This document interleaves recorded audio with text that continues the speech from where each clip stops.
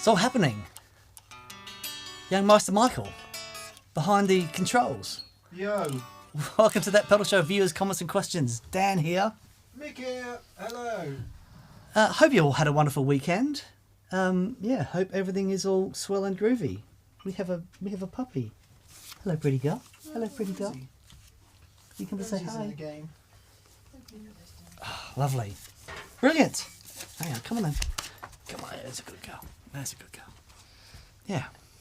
So you see how today's going to go? Yeah. Dan here, Mick here. Say Rosie here. Yeah, unlikely. How is she? She's great. She's great. She's fantastic. I'm a bit concerned about my dog at the moment. I know, I can tell. Yeah. I'm a bit concerned that I don't have my laptop, so I can't read any of the questions. Okay. All right. Yes, my dog's going through some stuff, isn't he? Yeah, you need to sort him out. Yeah, brilliant. Well, thank you so much for joining us. We've just finished filming a new pedal day, which was awesome. Some glorious tones.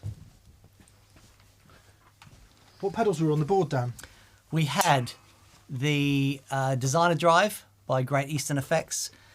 We had the Para EQ Mark II by Empress. We had the TC Stereo Chorus Flanger, the reissue by TC Electronics, and we had the new delay by Black Country Custom, which is called the. Come on, This is good. I am amazed we got this far. The engine.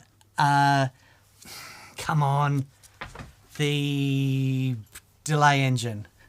Close. No. I can't remember. The difference engine. The difference engine. There you go. Well, 3 out of 4. Not bad. 2 out of 3. I don't think that was the tune at all, but it will do. Welcome. I say this every week, but let's say it again. For those of you that are new, welcome. Indeed. We do this every Monday, or at least most Mondays. We answer the Super Chat questions. Thank you to all of those of you who Super Chat. And to those of you who are regulars, welcome back. Indeed. Thank you so much for joining us. It's nice to be here and hang on a Monday. Yeah, we really look forward to it. It's great. Let's see where people are coming in from. Martin, 24/7, says, hello from Horseheads, New York. I'm assuming NY? Yeah. New York? Yeah. I'd never heard of that. Awesome. Horseheads. 10/52 says, hello from Forney, Texas. Lovely. Forney. As in F-A-W-N... F-O-R-N-E-Y. Oh, Forney. Lee Tintle says, greetings from Waterbury, Vermont, USA. My wife used to live in Vermont. Catherine used to live in Vermont. Apparently it's very beautiful. Yeah. Here we go. Right, now we're in. You're in the game. David Michelle, greetings everyone from Pennsylvania. Now then, Paul Matulovic, who joined us last week on our experience day, was from Pennsylvania. Oh, okay. Lovely. Yeah, it's also where the Martin Guitar Factory is, in Nazareth, Pennsylvania. Wow. Is there a Jerusalem, Pennsylvania? There's a Bethlehem. Okay. I don't know if there's a Jerusalem. There might be. Tim Halligan, greetings from Perth, Western Australia. Very beautiful place Perth is. Good day, mate. That's exactly how they talk in Perth. Alexa didn't quite make it there. Yeah. I say, good day, cobber. I remember getting off I've probably said this before, but I remember getting off the plane in Perth and the lady at the gate says, hello, how are you? I'm like... But all Australians sound like that to me. Do they? Yeah. Well. I shall say once again, Daniel, my foot got crook in Tutkaruk. Very good. Did you know the Tedeschi Trucks Band is in town? In London. In London? Yeah. Oh, no way. Yeah. I would very much like to see them. Yeah. Don't know how long they're around for. My dear friend Paul Stacey called today. We should reach out to them. That'd be very cool. See what Derek's up to. See Yeah. if he's up for a chat. That pedal what? Lovely. Kevin says, hi from sunny Bexhill-on-Sea. I'm assuming, well, Bexhill-on-Sea's in the UK, Yeah. and I'm assuming he's not sunny. It's not sunny. Right. It's Good. raining. It might, well, who knows? Who knows? I went to Bexhill once. Right. Cole Justison is in, and Thaddeus Bartholomew is in. What a great lovely. name. He says, hey guys, blessing to you and your families, indeed, and to all other humans on the earth. Kevin Crotty, good day from Brockville, Ontario, Canada. Athens, Ohio, says John Horn. Oh, lovely. Colorado, we've got Cygnus42. Paul Fountain says, I used to live next door to Tookaroo. Awesome. John Smith, hello from British Columbia, Canada. Ipswich, UK, says Gary O'Neill. Podcast, says Stephen Perrins. Stephen, thank you. And thank you also to BV Ninja, who moderates this thing and reminds us of very important things like to turn the podcast on. Yes. And when super chats don't come through and all of that. So, BV, thank you as always, thanks, mate. Thank you. Prince Edward Island, Canada, says Michael Easter. Wow, where's that? It's not Easter Island in Prince... Michael Edward in Prince Easter Island. Okay. No. It's Michael Easter in Prince Edward Island. Don't know, Canada somewhere. Canada. What up, boys? Hello from Mino, ND. I don't get enough what up. What's ND? North Dakota. Very good. Very I reckon. good. I reckon. John Anyway. Salomon, hello from Norristown, PA. Beautiful. Everyone chiming in. It's good. Lovely. Truly international bunch we are this evening. It's a melting pot. Lovely. Zurich. Rax Effect says, good evening from Zurich, Switzerland. I'd love to go to Switzerland. It's good. I drove through it once. Where did we go? No, we went to Sweden, didn't we? Just across the bridge into It's that Sweden. other swir It's that other place. swir. Or was it Swaziland? Big bridge. Yeah, I bought a pair of clogs in... Bizarrely enough, I bought a pair of Swedish clogs in Switzerland. No. Okay. That is, bizarre enough. Bonkers, isn't it? Indeed. Anyway, Groovy, I think we'll turn the super chats off fairly soon because we have a lot. James Bless says, life's rich tapestry. Indeed, James. Indeed. How lovely. Is that Shakespeare? Life's Rich Tapestry? It's Carole King, isn't it? Nice.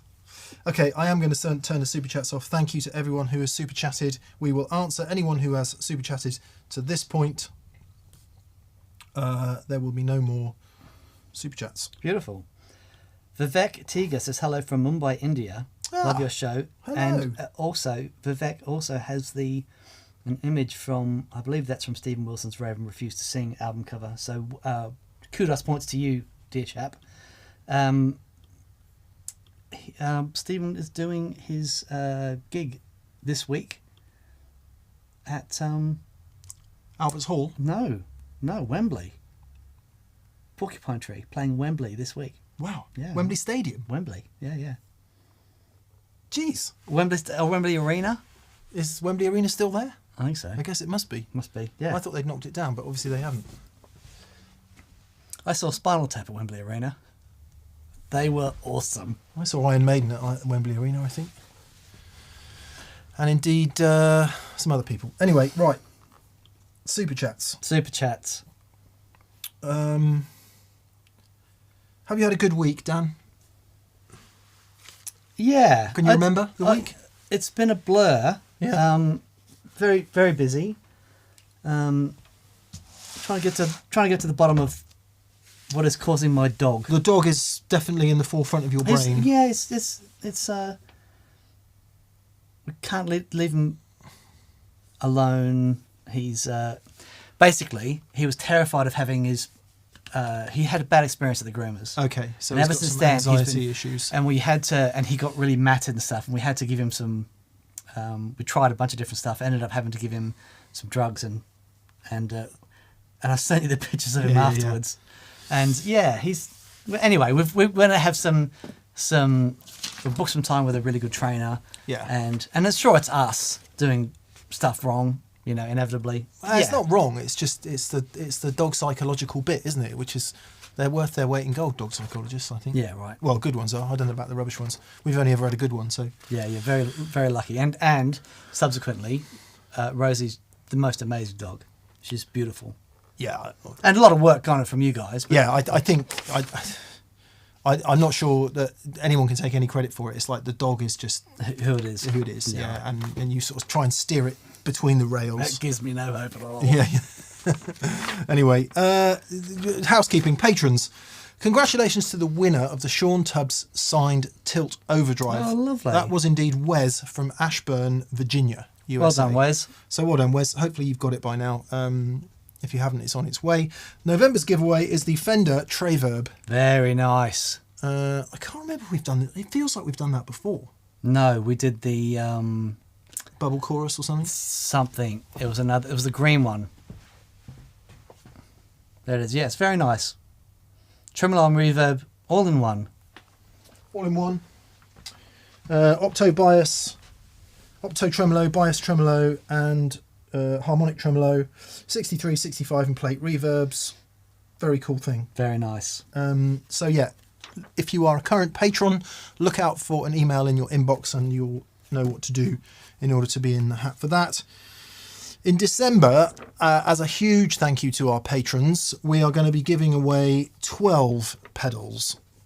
Not all. The 12 days of Tonemas. Yes. Yes. The 12 days of Tonemas.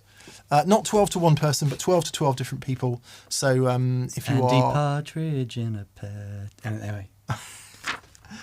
in a pair of jeans.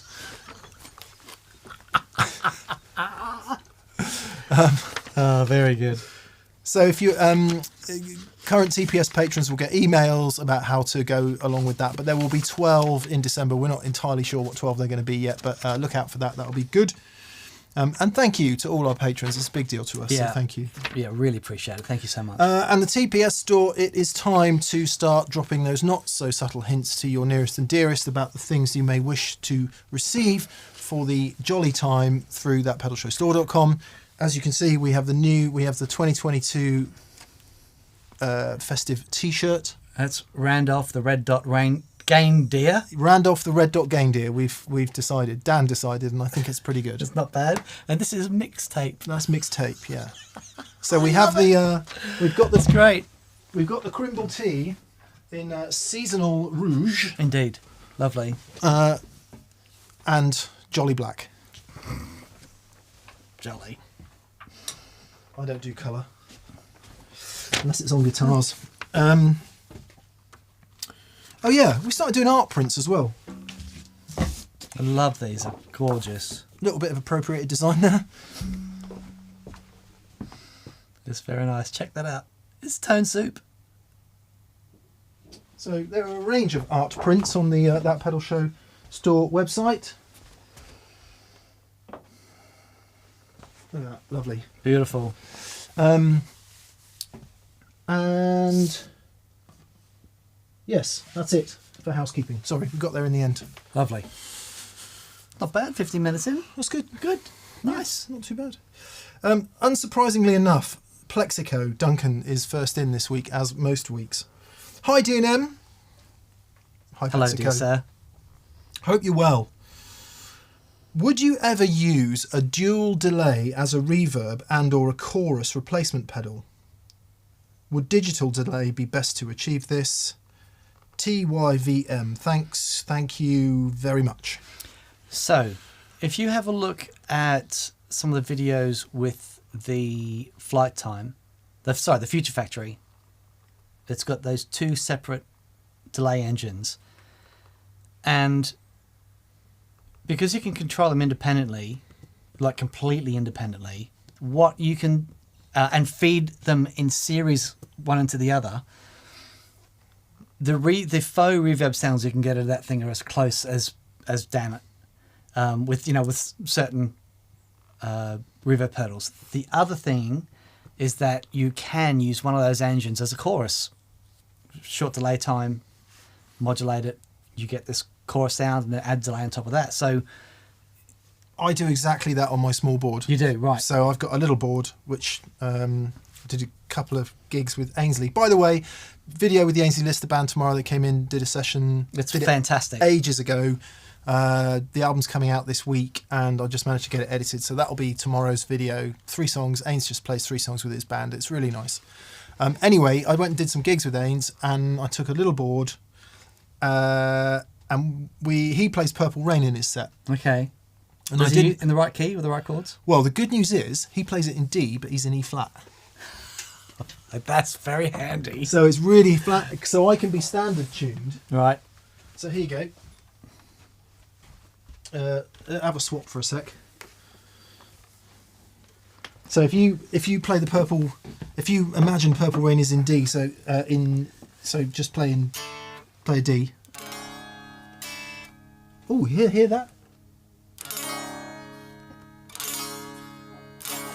This is what happens. I'm going to make a vlog on this. Right. Dan, could you just hold that guitar up to the microphone a little bit? Yep. If you just play that chord again.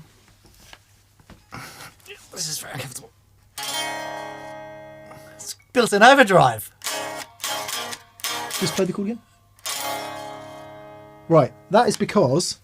Now play it. Okay. There's still a bit. What happens is, if you set the trem to float, Yes. if it's just touching the body of the guitar, and it's not on the body or off the body, Wow. yeah. That's got to be right on the edge, though. Yeah. Yeah. Yeah. Okay. So, I'm assuming that's how he plays it. yeah. So Okay. he's in E flat, right? So he'll play just an open D like that.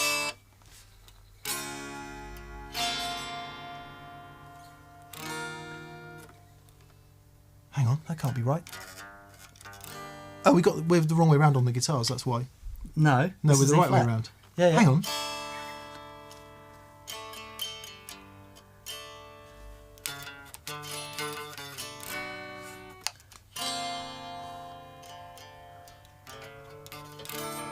Oh, sorry. It's A. Oh, okay. Right. So Try again.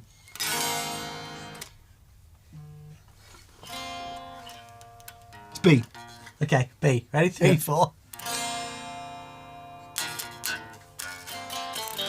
Okay. Sorry. Right. So his first chord is a B. But of course, it's B flat, right? Anyway, Jesus, Yeah, that was hard right. work. Should we swap? I've never played that song before. I don't even know what that first chord is. All I know is you're the only person I've ever heard play it right. Here you go. Open D string. Open D string. Yep. Sorry, I'm going to play all the wrong notes because I got the wrong chord. Open D string. Yep.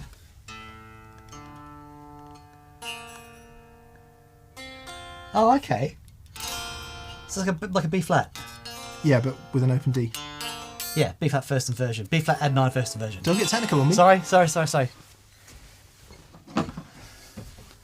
That was a hell of a tangent, mate. The point is, Duncan, when we played Purple Rain in whatever the hell key we played it in, That's what you used. I didn't have a chorus, so I set my Future Factory up to chorus on one of the delay lines. So on the one side, I tap the quarter note, so it's a nice, well, it's obviously not that quick. So it's nice quarter note delay, and then the other delay line is doing the modulated short delay, like Dan said, somewhere around 25 to 35 milliseconds, and then we get a chorus. Yeah. If you have a listen to Andy Timmons' Halo, and you the go. reason that a lot of people think it sounds like a reverb is because you've got those 2 delays. One of them is feeding into the other one. So you get this repeat, you get the original sound, repeat, and then that gets delayed as well. So you get this repeat upon repeats. And you end up with this multitude of lovely reflections, because don't forget they are regenerated. You get that feedback, and so you get this lovely thickening of the tone. A lot of, well, Andy Timmons, for one, prefers it to reverb. So, yeah, great way to do it. Thanks for the great question, and sorry for the endless tangent. David Michelle says Rosie is beautiful. Yes, she is. She's all amazing. dogs are, but she obviously is, because there we are.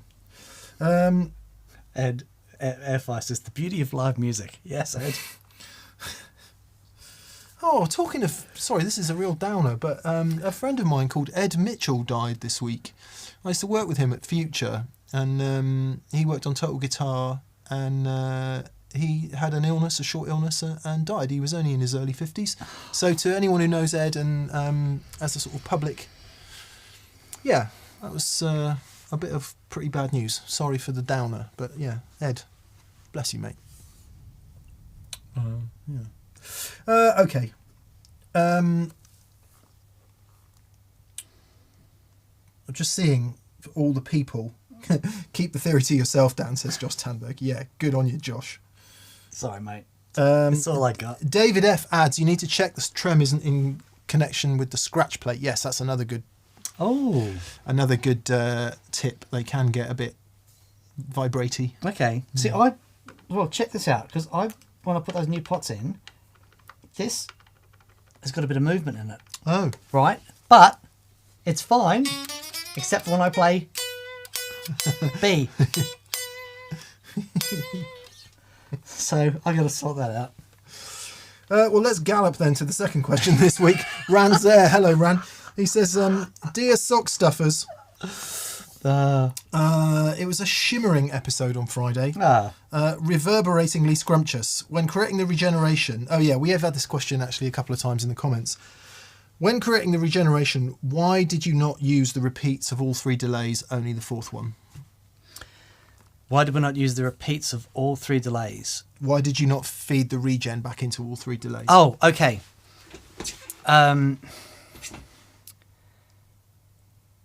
Once those reflections are created, I mean, you can do that. If anyone's got a Zoya, you can try that. But generally what happens is those... right. The length of the delays when you're creating the reflections is super, super specific. And then, the sound of them as well.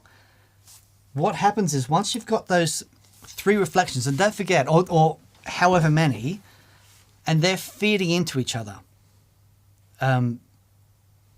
Once you've got that reflection, and then you take that reflection and then you create that loop,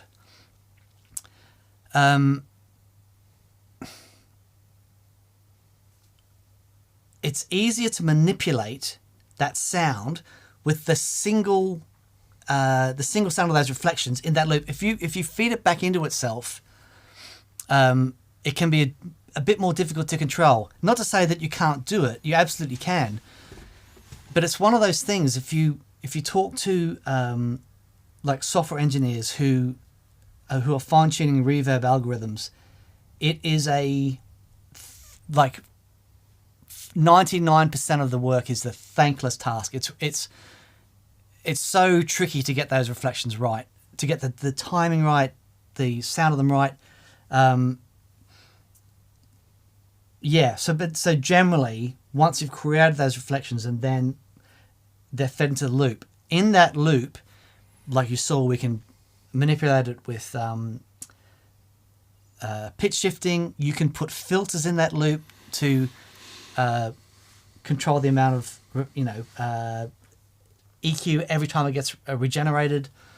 But it's just one of those things that's easier to control if you're just feeding back once you've got the reflections.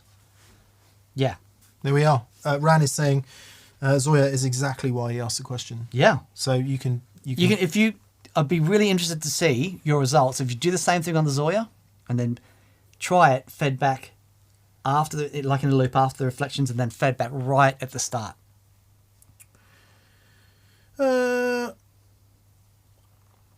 Sergio Martinez. Hello, Sergio. Hello, Sergio.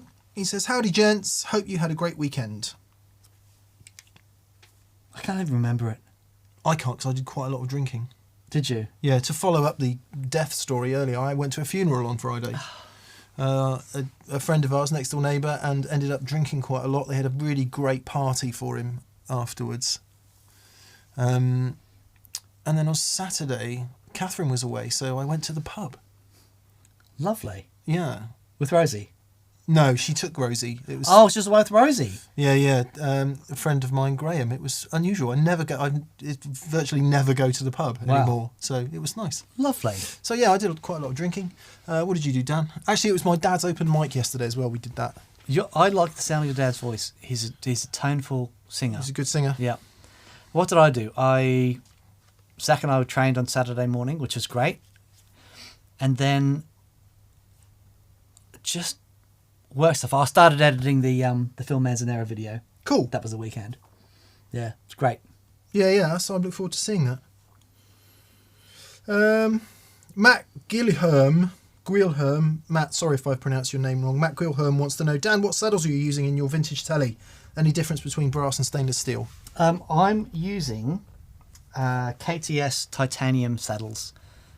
I basically went on a massive saddle journey many years ago, and they were the ones that worked best in red. I really like the sound of the original threaded steel ones, but I break so many strings on them. They're the closest sonically I can get to those the threaded steel saddles. I think they sound wonderful, and I just didn't want to go through all that. It's just so time consuming, taking them on and taking them off and trying it. And it's like, as soon as I put these on, it's like, yeah, That's the sound you're that's the used sound I to. like. Yeah. It's interesting, isn't it, in that whole debate of pickups being the only thing that make any difference in a guitar. I mean, you can hear it night and day with those saddles when he changed them out. Yeah. What's your opinion on brass ones? I think it depends on the guitar. Like on Butters, I wouldn't use anything else. There's a traditional thing about them that's great. They certainly did not work on red. They're not as bright and as quick as those, are they? No. So the titanium always, to me, sound brighter, quicker, give Dan that sort of extra top end sizzle that he really likes. And they seem to do that. And I would second that in that I tried them on blue as well. For years, I had the KTS titanium on blue. And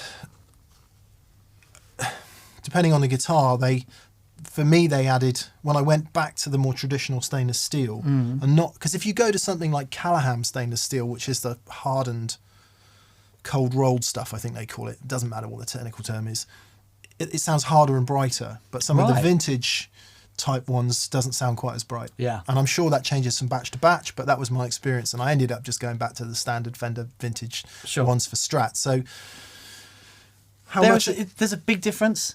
There's a massive difference. And then I think I would also qualify that by saying I think those differences then become amplified psychosomatically. I'm sure they do. They become more than they actually are. Yeah. So I don't want to discount that whole side of it. But as Dan and I always say, the brain bit is just as important as any measurable physical bit. So, totally. In fact, probably more important. So, totally. Yeah.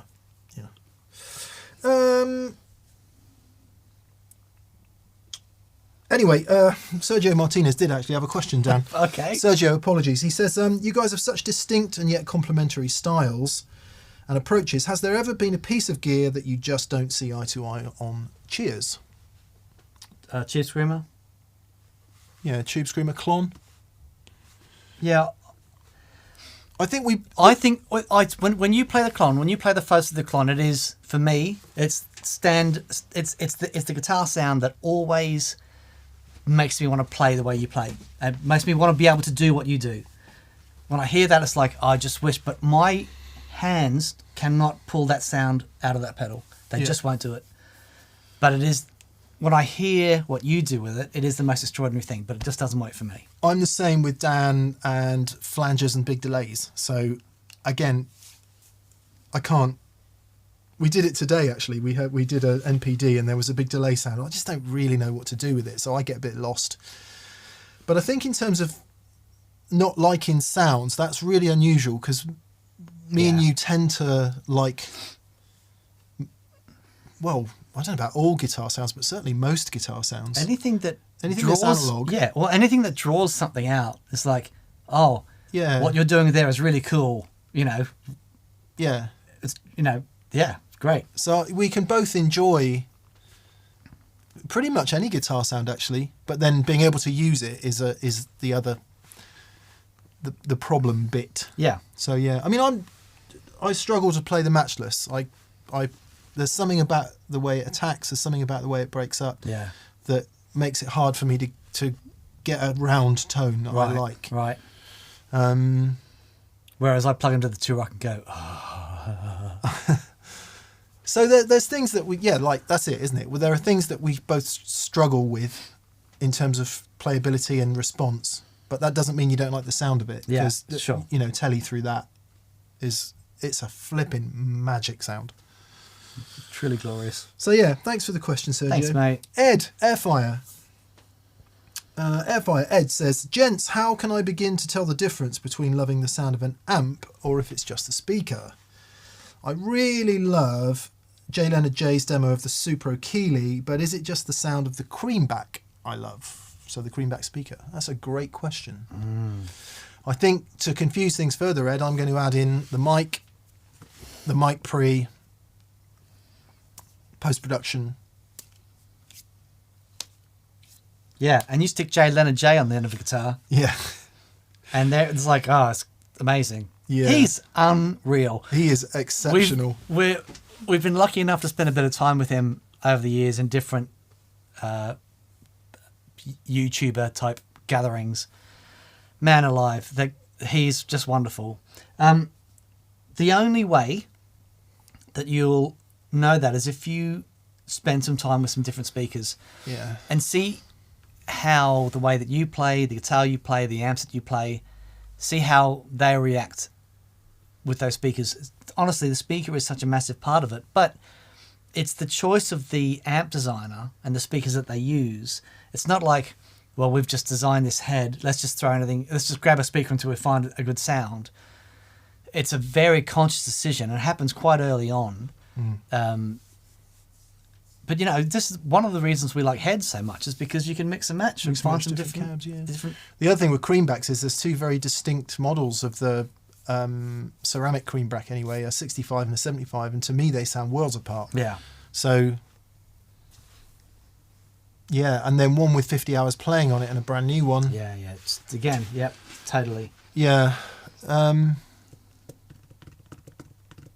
Yeah, that's tough. That said, that the little Keeley Supro amp, every time I've heard it, I've liked it. Yeah. So just does a thing, doesn't it? Yeah, it's wonderful. In a great way. Seems to be a nice position of volume and overdrive too, so you can get it going. Yeah. Relatively sensible. It's still pretty loud. It's still 10 watts, I think. Yeah. So Yeah. something like that.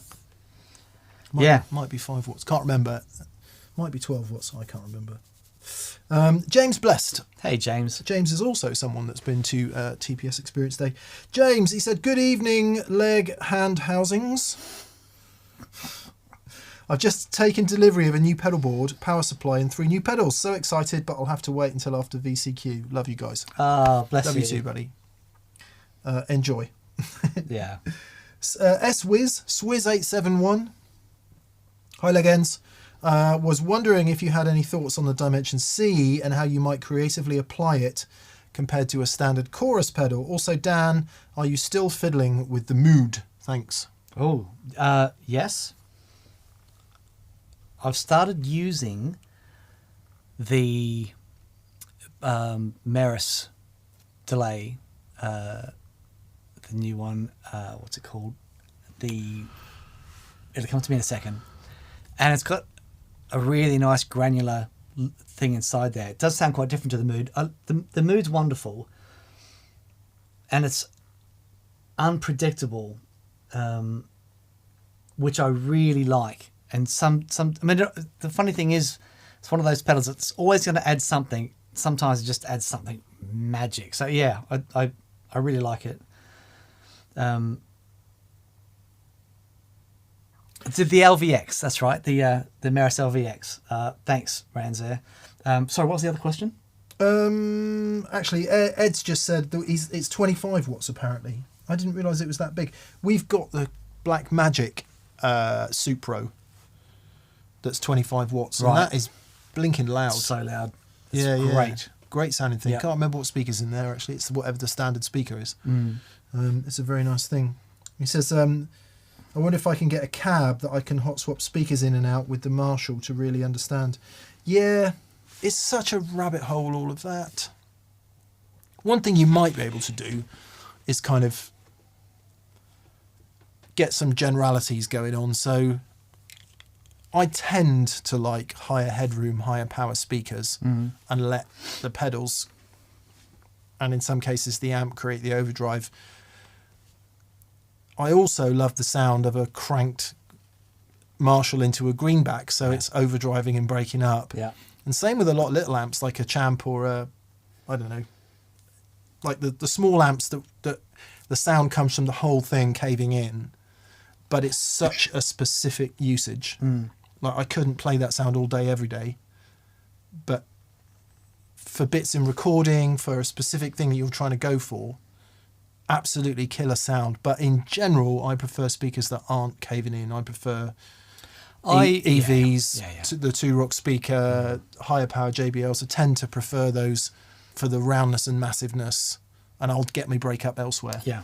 It's one of those things that, you know, when you are working on your tone and your gain stages and everything, that part of the equation is so important because it dictates your dynamic.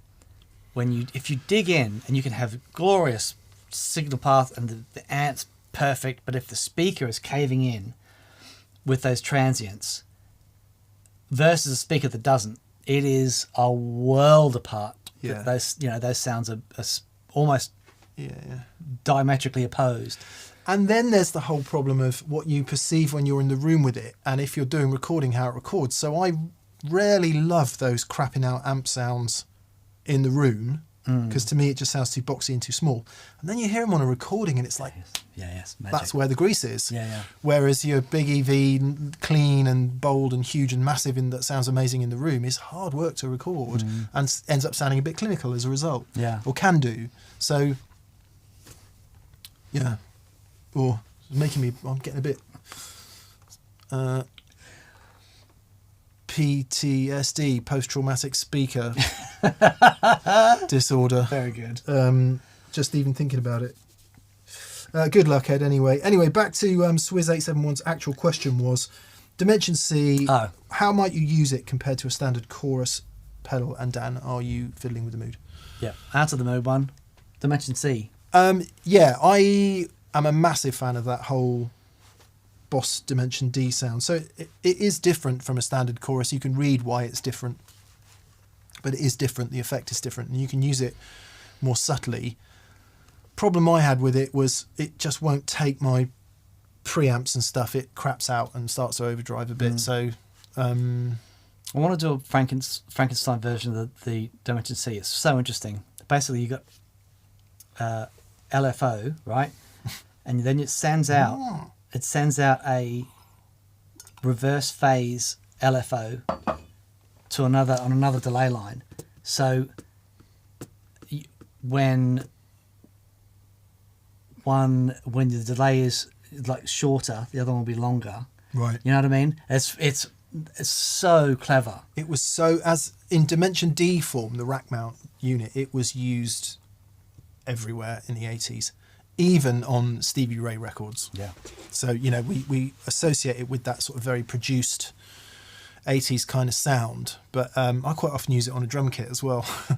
In fact, if you listen to the session we did with Joey, no way, on the last track, the Lowell George record, it's very subtly on the kit mix for that. Amazing. Have you seen that somewhere before, or did you just give it a go and sound it awesome? I just I knew it was used everywhere in the 80s as a thickener. On drums as well? Yeah. Oh, wow. Everywhere. Okay. It was used on whole mixes. Wow. I think. And of course, if you have it in parallel, you can just have a tiny bit. Anyway, how would you use it separate to a chorus? I personally would use a chorus as an overt chorus sound. So Could be anything from strummy acoustic to 80s sounds. You know, the one I always think of is the "Don't Dream It's Over" kind of sound, and I don't know if it actually does have a chorus on it, but it always sounds like it's got a chorus on to me. Yeah, it's a thickening type thing. So over chorus, I'm not a big fan of the... Dan and I both really love everything that was derived from the CE1. So going into CE2, Analog Man bi-chorus, that very thick sounding analog chorus. Now then what happened was that all the digital choruses came along, and to me they just sounded thin and tinny and pretty nasty. But the analog chorus being too thick at that point, if you're using it straight mono, that's where I'd bring the Dimension C in.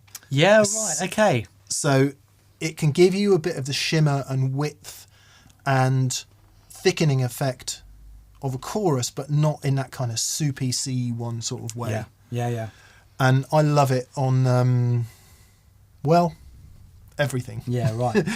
And we did a show today where we used the TC stereo chorus flanger, and in stereo, that's such an interesting pedal because it's a true stereo modulation pedal where it's actually phasing left and right, and it gives you that thing you're talking about, that thick mid-range. Yeah. That doesn't have it in chorus mode. Yes. You know what I mean? That phasing has that sort of notch filter that takes out a lot of that stuff. That might be the condensed answer. If standard analog chorus is too thick, soupy, and too obvious sounding for you, Dimension C. Dimension C, used a bit more subtly, could be a great way to go. Great. Yeah, beautiful. Yeah. Keith Friedman. Hello, Keith. Hello, Keith. Morning, Titans of terrific tone, he says. Morning, you must be in the US, and you are. He says, I'm looking to get a Yamaha THR practice amp, but I can't decide on the 5 or the 10. Is 10 watts enough, or is 30? The THR 10 is the one I've got. Get the 10. Get the 10. It's fantastic. For the difference in the price, get the 10. Yeah. The other thing with those kinds of things is, it's not like with a tube amp, you're in quite a different world. So, like a 50-watt tube amp can be hard work at home because to get the sound of the tube amp, you want to turn it up a bit, and so 1 or 5 watts can be more fun in a lower volume environment. Not really the case with modern digital stuff. Yeah. It sounds great at low volume, and the extra headroom can be really useful. I also think it's physically bigger, isn't it? The 10 than the 5. I don't know. The 10 is the stereo one. They might both be stereo. Let's have a look. But the 10 is a gorgeous looking thing as well. That was a really clever part of their design, was that amp actually as a piece of furniture looks amazing. But I love mine. That's a wonderful thing. I'm a little bit behind here, so I'm just on the Yamaha website seeing what the range looks like. THR5, little brother of the THR10, more portable, so it's smaller.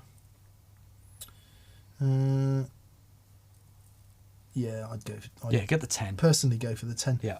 Purely based on the fact we've played them a lot and we really like them. So I'm sure the 5's great for those of you who've got it, but if you're going to splash the cash, and it's still only that big, it's and narrow. And so it's not portable and fantastic. Good luck. Yeah, Ran's good luck, there mate. again. Hey, mate.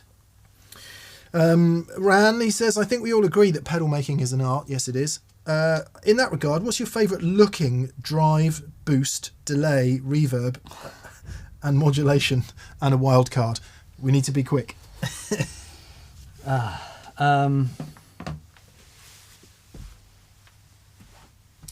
I think the look of the Klon is incredible. The casting of the case, all that stuff, it just had a thing about it. It's glorious. Boy, oh boy. CE1 for modulation. I love the look of that thing. Okay, I've just picked some at random. Okay. Reverb, without doubt, hands down, the Chase CXM. Bliss CXM 1978. Done. Agreed. I'm going to go with these two as boosts and overdrives. Oh, yeah. Come on.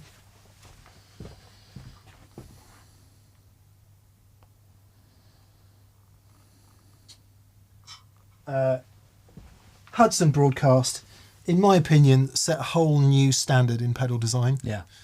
Michael, I don't know if you'll ever see this, but it's just ace. And that's the dual one. The single one looks equally groovy. Mm-hmm.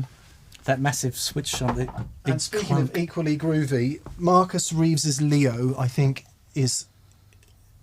Everything Marcus does looks astonishing. That is a piece of art. It's beautiful. It's a beautiful thing. Yeah. And I'm just going to give a shout out to Jam Pedals and John Ackenbach. Look at that. Come on. Who's that, Dan? That's you. I can't see what That's you're pointing you. at. That's me. Okay. That's you. So John Ackenbach did, for me and Dan, bless him, custom versions of the Ripley Fall. Amazing. And it's just, when they turned up, it was like No way. humbleness. Yeah. If you don't know who John Ackenbach is, he was the head art guy on The Simpsons for many years. Yeah. Yeah. Real legend. Death Boy Audio have some super cool design art. Death Yes. Boy Audio, yeah. Really great. There's... David Ranger. Oh, yeah. Yeah, yeah. Beatronics. Yeah. Beatronics. Come on. This... Honestly, it's an Allen Bolt. It's an Allen Bolt. I just got to show you. Keep the people happy. Okay. So it's why this is a really interesting discussion point. I think for years and years, when in the 90s, when we were tinkering around with making our own pedals and things, and you had some variboard, and you managed to get a couple of transistors, and you can make a really cool fuzz. You weren't that concerned about the way they looked, but now I think we realise that most people they'll look at a pedal and they'll know how much you care about the design of the pedal by the way it looks, if that makes sense. It's like it's an expression of the attention to detail that you've put to the rest of it. The Juju by Pig Dog pedals. They've got the best paint job of any pedal. It's glorious. Yeah, and I love seeing the pedals that the designer has gone to a great lengths to make you look at it and go, it's beautiful. Yeah, I think it's a really important thing as well, especially when you look at the boards, the design of the boards that are coming out, and you look down, it's like, it's amazing. And it might be something simple like Fairfield Electronics, but it has such a strong look, and as simple as it is, it's still really beautiful. Have you ever seen this? I have. It's amazing. Just wonderful. So the circuit board is in the shape of a bee in flight. Unreal. Absolutely astonishing piece of art. That said, all that said, so yeah, Beatronics, a very public thank you for what you guys do. It's just astonishing work. All that said, I've never bought a pedal because of how it looks. Oh no, but I've become interested in pedals by the way they look. I bought loads of guitars because of how they look. Sure. But it's like when I first saw the John... Oh, what are they called? Paul Matulovich. Oh, Petty John. The Petty John. When I first saw those, it was like, oh, they look really interesting. And so, sometimes it's just the thing that catches your eye. So Ran, the wild card was the Beatronics there. All Beatronics pedals was the wild card. Benjamin, D&M, peace and love from Houston. Right back to you in Houston. Cheers, mate. My digital reverb has 2 inputs and 2 outputs, A and B, and my delay has an out and a direct out and 1 input. What can these be used for? Seems like maybe for an effects loop. Right, let's start with the digital reverb. 2 inputs and outputs, A and B. Mm-hmm. That's going to be stereo, isn't it? Well, you would hope. A lot of reverbs that have two inputs and outputs actually sum the inputs. They have stereo outputs. The reflections are in stereo, but the input is summed. I think true stereo is sort of hard to come by. So, I'm pretty sure at the last experience day, I had my Harmonious Monk before my reverb, and the reverb was on, and it's only coming out of 1 amp. We'll test that on Friday. I have tested it, and it does. It unfortunately, and I did get hold of Joel to ask him about it, and he said, yeah, that it does some of the inputs. And then my findings must be incorrect. Let's have a try. Try it again. I found a digital reverb called a DR600 that has out A and out B. Use both connectors if you want to achieve a full stereo effect. So you don't say what the reverb is. Whoever you were, sorry, I've lost that question. Yeah, so generally the out A and out B, you'll have a Benjamin. Could be a wet and dry. Sometimes, like on a chorus pedal. Yeah, on modulation pedals, it's very common to have a wet dry split. I think generally with reverbs, if you have a left and right, it will be to give you like if you're using two amplifiers, to give you a better feel of the depth of a reverb. Yeah, it's a magic thing. Like Mick was saying with the CXM 1978, the sound of that into two amplifiers is a truly glorious thing. Yeah. Lots of love coming in for Thorpe's pedals too. Yes, of course. Goes without saying. Yeah. Even though we didn't say it. And then on the delay, an out and a direct out. Yeah. So that will be a wet dry thing. So the direct out will be the same signal that's at the input, and then the delay output will just be the delays. Or sometimes it's you still get both. But some Boss pedals are like that, aren't they? Yeah, but sometimes you can you can split the direct signal from the delay signal, and that's the case in a lot of modulation pedals as well. And depending on the pedal, if it's a digital pedal and it's got menus and stuff, sometimes you can configure those outputs to do different things. Yeah.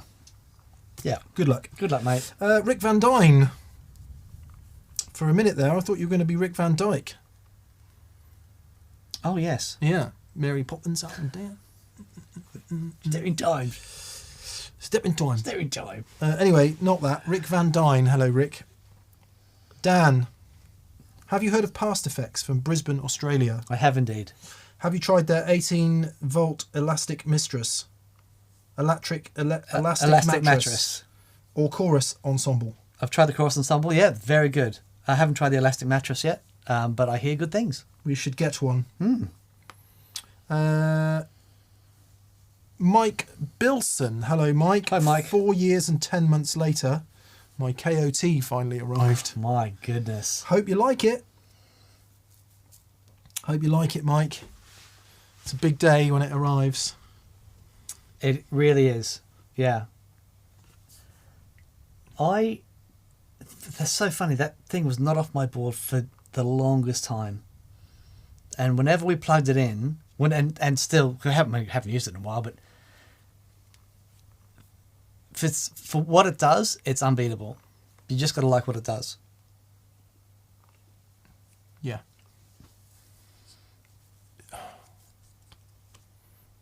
Like, I use it for the lower gain stuff for the longest time. And when you dig into it, it's just amazing. And, and the way it stacks, like treble booster in the front of it, unreal. And if you put it back on your board tomorrow, you'll be back in a happy place. You would not be in the least bit sorry, and you wouldn't miss anything you've got on your board now. Not at all. As a matter of fact, now thinking about it, I really should do that. That's why I was kind of looking a bit lost there for a second, because I'm exactly the same with Tube Screamers. Like, you go through every single overdrive on the planet almost. Yep. To arrive back at where you started, and there is something about the KOT that is just so universally right. Yeah. To those people who love it. Yeah. we were fortunate enough to spend some time with Mike Piera, aka Analog Man, and the lengths that he goes to get things right. No wonder all of his stuff sounds the way it does. You know, he truly, truly cares. Yeah. And it's a wonderful thing. Yeah. So, yeah. Congratulations, mate. It's awesome. Congrats. Chris Smith, he says, no question, just a hello from Folsom, California, and thank you for all that you do. I saw Roger Waters and Nick Mason's Saucerful of Secrets recently. Oh, lovely. Nice. And Sir Jeff of Beck is coming up this week. Wow. Great to have live music back in full force. Yeah, it is. Amazing. It is. Yes, I did Dave Kilmister's board for the Roger Waters tour. And I'm waiting for he's been on tour like ever since.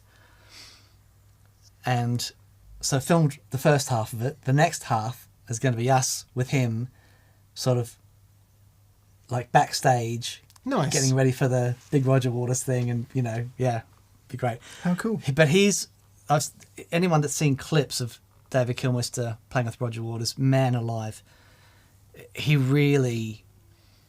an extraordinary guitar player. I first saw him when he was doing some Vice stuff off Eat 'em and Smile, and there's a video clip of him doing Shy Boy, I think it was. It was incredible. Yeah.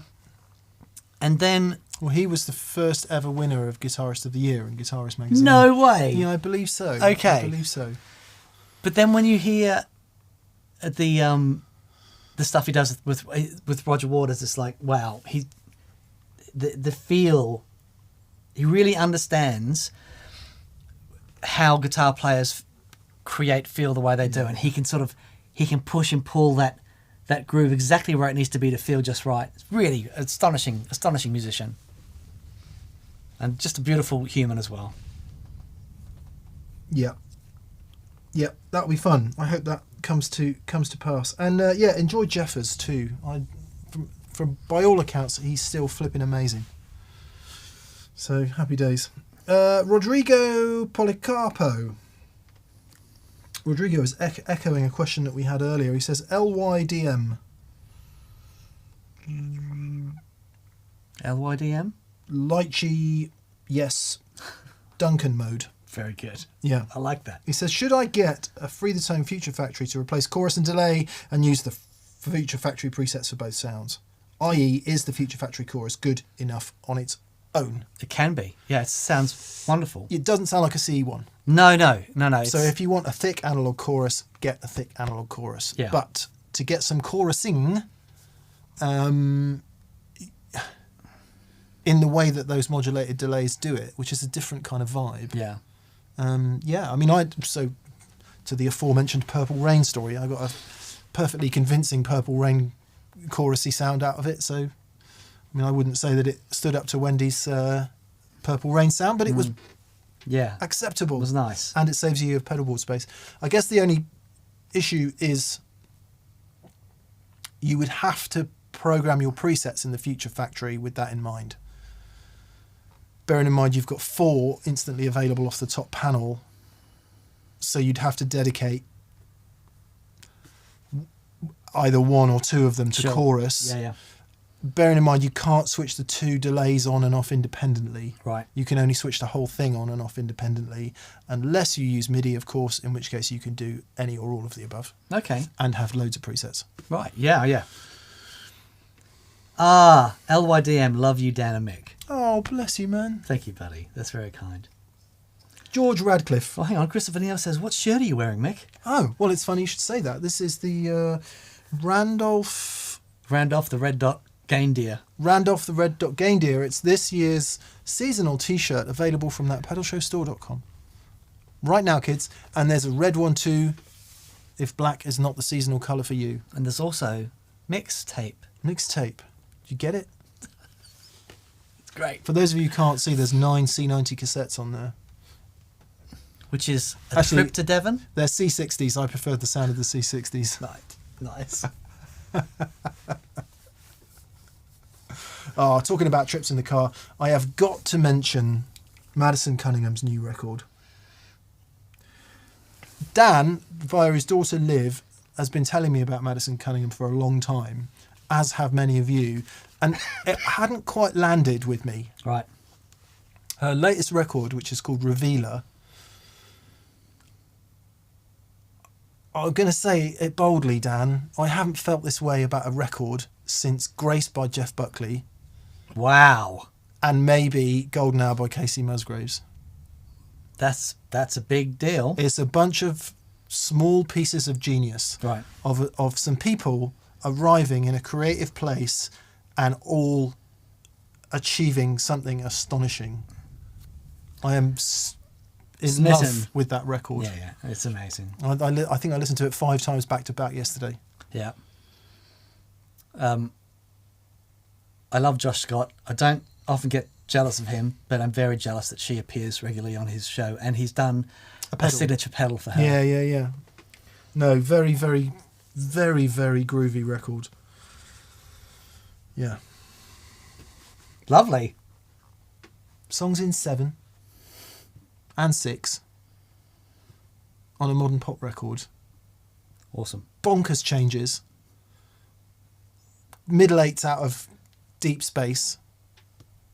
Anyway, give it a spin. Olivia Boysen says, not even with Jason Isbell. That's a good shout. I think Southeastern could be in that list actually. Yeah, to be certainly, fair. it's certainly in that list for me. Yeah. No, that's a good shout, and I suspect there's a handful of others, but I think it hit me so Southeastern hit me in a different way. It's like a classic, heart-rending album, and please don't take this as a negative comment because it's not. No surprises on that record. Right. It's just rips your heart out from start to finish. Yeah. But there's not a single chord change on that record that's surprising. No. There's It's not just a guitar sound that's surprising. It's an authentic performance with songs that it's like, how do you have the balls to write that and sing it? And it is deeply, deeply moving. Oh. If it deeply, deeply moves you, and that Yeah. record did that. This works in a different way for me. It's surprising at every turn. Yeah. But not in a kind of, oh God, did they really have to do that? Yeah, there? yeah. Which, once music gets a little more complex and a little more experimental and a little more, I think we should do this here, that tends to be where I'm like, yeah, you keep that then. Sure. That's too much effort on my part. But this, oh man. Yeah. See, I heard her song, Pin It Down. As soon as I heard that, I was like, oh my goodness. And I went and watched her Tiny Desk concert. Yeah. And I was like, oh, she's a serious musician, serious guitar player, great sounds, and just writes, amazing songs. So there you go. Yeah. I might go, it might help to go back and listen to the earlier stuff Sure. now. I've kind of got away. Yeah, there you go. Lots of love coming in for Maddie or Madison Cunningham there from lots of people. Tim Lurch is on. Hi, Tim. Hey, mate. Eagle Ray Rob says she uses flat wounds tuned down to C. She's amazing. Lovely. Oh, KJ Photo says Let It Lie, Bruce Landreth. Yeah, that's definitely on that list. Yeah. Definitely on that list. Yeah. Rick from Honey Picks is on. Love you guys. Thank you, Rick. Cheers, mate. We like it. I want to know if I can get this in like a 1.5 because the 2's just a bit too much. Try that.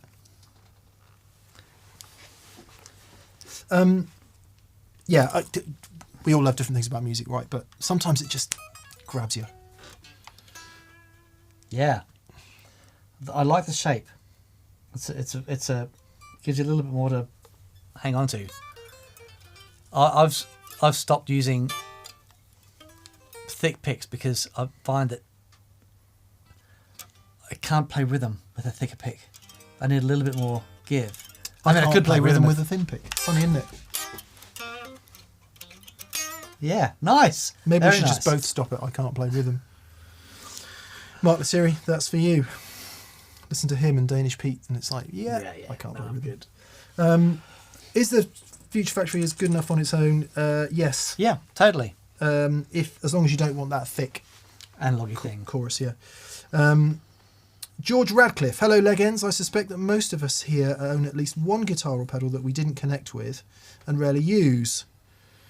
In your experience, how have you decided when to keep it or sell it? It's such a great question. I was sort of forced into that situation by... anyone who knows the story, I had a 64 Strat, was stolen in Sydney. I had to go out and play a gig that night. A friend lent me his Telecaster. And I've kind of... It was such a... It wasn't the guitar I was looking for. I had no interest in Telecasters whatsoever up to that moment. I thought they looked like an old man's guitar.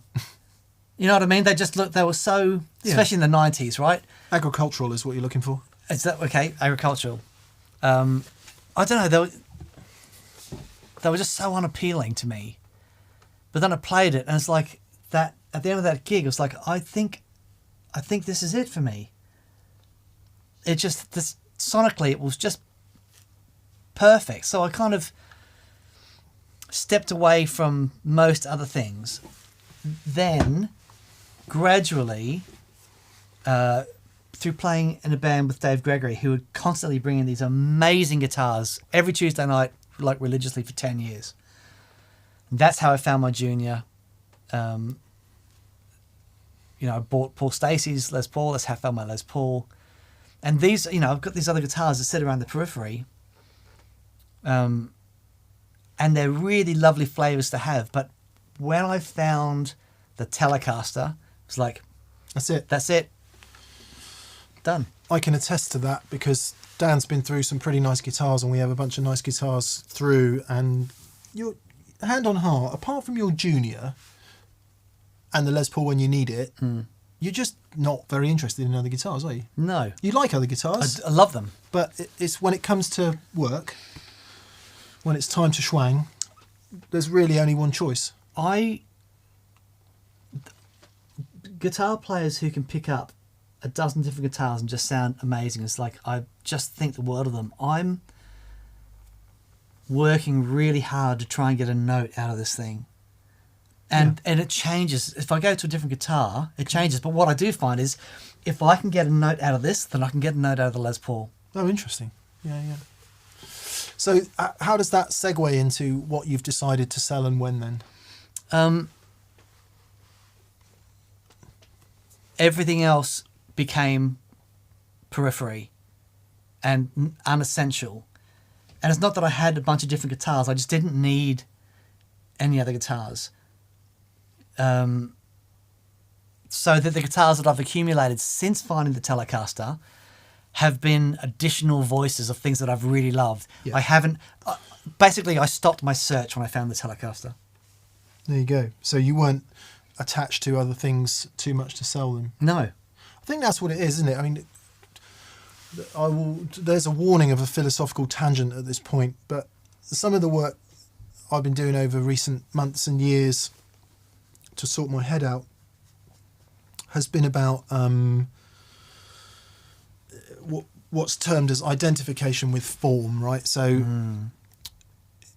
and this, you can watch this play out in the Strat videos. I'm so attached to getting this Strat. Yeah. And it becomes wrapped up in my whole identity. Right.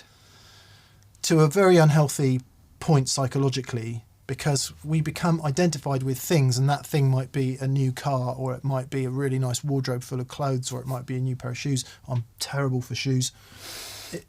It's usually things driven by some sort of consumer want, and in the terms of guitars, it might go beyond that in terms of like a broadly psychopathic attachment to these things, because I don't know about you, but I wake up thinking about them and I go to sleep thinking about them. Because they're amazing and they're beautiful and they're so personal. But then the danger is when you start to amass them and you don't play them, getting rid of them, it becomes part of your identity that you're losing in a way, and you feel this attachment to this inanimate object that you think somehow contains a part of your soul. That's all cobblers. It doesn't contain any of your soul. Your soul is in you and in other humans. It's not in any objects. Might be in their references, but so getting too attached to this stuff is kind of dangerous, but of course we all do it. What's been interesting in my case is that having achieved the vintage Strat, having achieved the lovely Two Rock and the Klon and all these things that you cover and you identify with form for, I'm now not stressed about it anymore. Oh, that's lovely. And That's I'm just lovely. I'm. We did a video today. I played a 300 quid casino. That sounded great. And something else, because I've kind of, it's like you've got to go there to come back. Yeah. And I think there comes a point of surrender in all of this where you just go, do you know what? In order to have some sort of peace as a human being, I've just got to let all this go. Yeah, yeah. Now, I'm not saying that it's easy to do or that anyone finds it easy to do, but I can tell you that the peace that comes from doing it is worth it. So if you don't play it, if you don't connect with it, if you don't, and I'm going to sound like a bit of a hippie at this point, but I'm going to say it anyway. What you do when you play the guitar and when you connect with music is you have a consciousness that's on a different level, and you'll know that because time stands still and the identification with form stands still because you are in a moment of connection. That's what you're trying to do. So if you keep picking up the guitar and that never happens, unless it has some sort of, your dad gave it to you and for that reason you don't want to get rid of it. But if it's just some guitar you've bought because you thought you'd like and you don't like, let it go. The mental space you'll clear out in your head by just letting it go is so worth it. Now, it's easy for us to say, right? Because we've got this ridiculous collection of stuff, but I am less and less wrapped up in it. Yeah. And that is from a very privileged position of being able to achieve this thing that I've been striving for years. So with all those caveats, my eventual point is Ailsa it to the max. Let it go. Yeah. If you don't play it, let it go. Yeah. And just get it out of your psyche, out of your head. I think, like, for me, it was when anyone saw the vlog that I did on this particular guitar, when I played this guitar, I was like, there's something really special in that, and I really want to have it. And took years and years to acquire this guitar. And I still sound like me on it. This guitar hasn't changed my guitar playing. I haven't become a better guitar player because I've got this guitar. But because I love this guitar so much, I get up every day at 6 o'clock and I'll sit down for not an hour, but at least 40 minutes every day. Yeah. And whether I'm specifically practicing or just playing, I love that time I get to spend with this instrument. And not to take anything away from Red. Red is amazing, and Red has been my workhorse for 20 years. And it's a great guitar. But it is when it's the same thing with you. When you achieve that thing, it's like, it really does. Yeah. Chris Quinn has come back and said, what if you identify with the endless journey? And Chris Smith says, at some point I just accepted the fact that I've crossed the line from player to player collector. Yeah, I think if you do those things consciously and that's your purpose in it, if you like, then I certainly would never criticize anything like that. Goodness, look around you. I'm saying, so true. What I am saying is if you think the next guitar is going to make you a great guitar player, that's the point to think less about identifying with the form in that way. But if that instrument motivates you to play more, then it's great. Yeah. I go into my office every day and I've got 6 beautiful guitars on the wall, including my acoustic. And I walk in that and I see the guitars on the wall and I'm so happy. I'm so happy just to be there with these instruments. Yeah. It's great. Yeah. Yeah. We'll see where we are in a couple of years' time. Bazooki Man 5000 says, Red's like, what? Yeah. And then of course, George, you're not going to want to sell anything if you're going to lose a tremendous amount of money on it. So another, to sort of counter everything I've just said, pretty much when I buy anything, I usually buy it used. And I usually stick to good brands and known stuff, and that makes it much easier to not lose too much money on stuff. Yeah. And also, of course, Dan and I have the opportunity to buy stuff at cost, and we do get given stuff. So just to put that out there. But generally, I mean, certainly most of the things I've acquired recently I've paid for, bought on Reverb or eBay or direct from manufacturers or whatever. But certainly the stuff you buy on Reverb and eBay, if you buy good brands and you get a good deal on it, you can always move it again for not too much loss. Yeah. Hopefully. Yeah. Hopefully.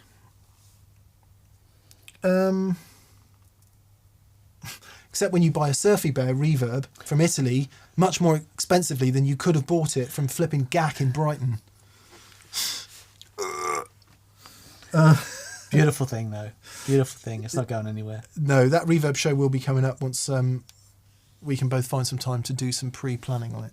Justin Baylog. Justin, great to hear from you, Hey, buddy. mate. And thank you for your generosity, man. That's super generous. He says, howdy, TPS fam. Lovely. It's been months since I was able to catch a live chat. I just wanted to catch up with my support. Thank you. I'm thinking about using dual Messer Mark 5s for wet dry because of their built-in EQs. What are your thoughts on EQing differently? Oh, that's interesting.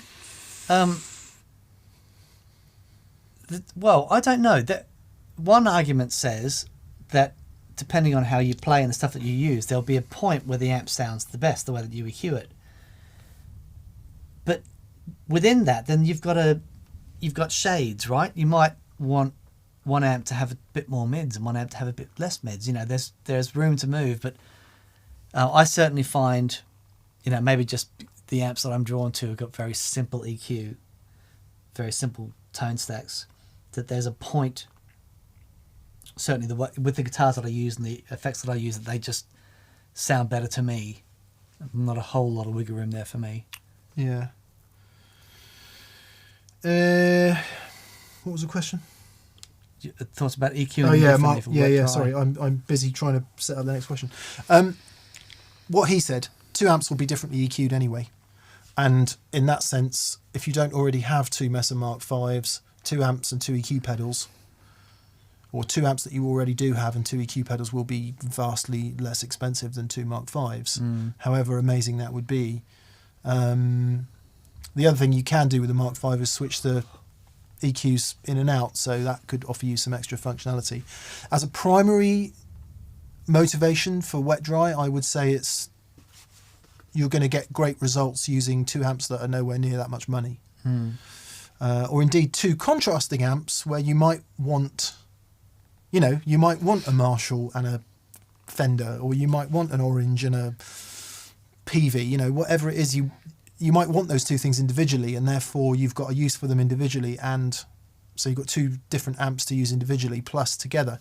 The other revelation that happens every experience day to anyone who's not played wet dry before is a slightly open-mouthed disbelief that it's not stereo. Yeah. Because I think the point being, it sounds massive, but it's not stereo, and they would swear it's stereo, because if you've not tried it, it can be hard to sort of divorce yourself from thinking of it as stereo, and that the 2 amps need to be similar, and they need to be doing something very similar in terms of their power ratings and all of that. You can do that, but actually, in our experience, pretty much any 2 amps, isn't it? Yeah, totally. The sum is always greater than the parts. And once you hear it for the first time and you realise that it isn't stereo, and honest to God, that there is no wet effect coming out of that amp on the right there. Yeah. It's a real revelatory moment for a lot of people. So there's a vlog that you did with 2 tiny Katana amps. Yeah. And it was like, no way. It's amazing. So yeah, all that said, if you've got the pockets for 2 Mark 5s, then that would be a pretty glorious rig, I think. Indeed. Nice to hear from you, Justin. Yeah, mate. Hope the filmmaking is successful and fun still. Kelly McClure. Hello, Kelly. Good day from Southwest Oklahoma. You're a prick. Long time fan. I'm building my 97 Sonic Blue Rosewood American-made Strat. New pickups, and I would like to do new frets. I've watched your videos. Any changes in preferences?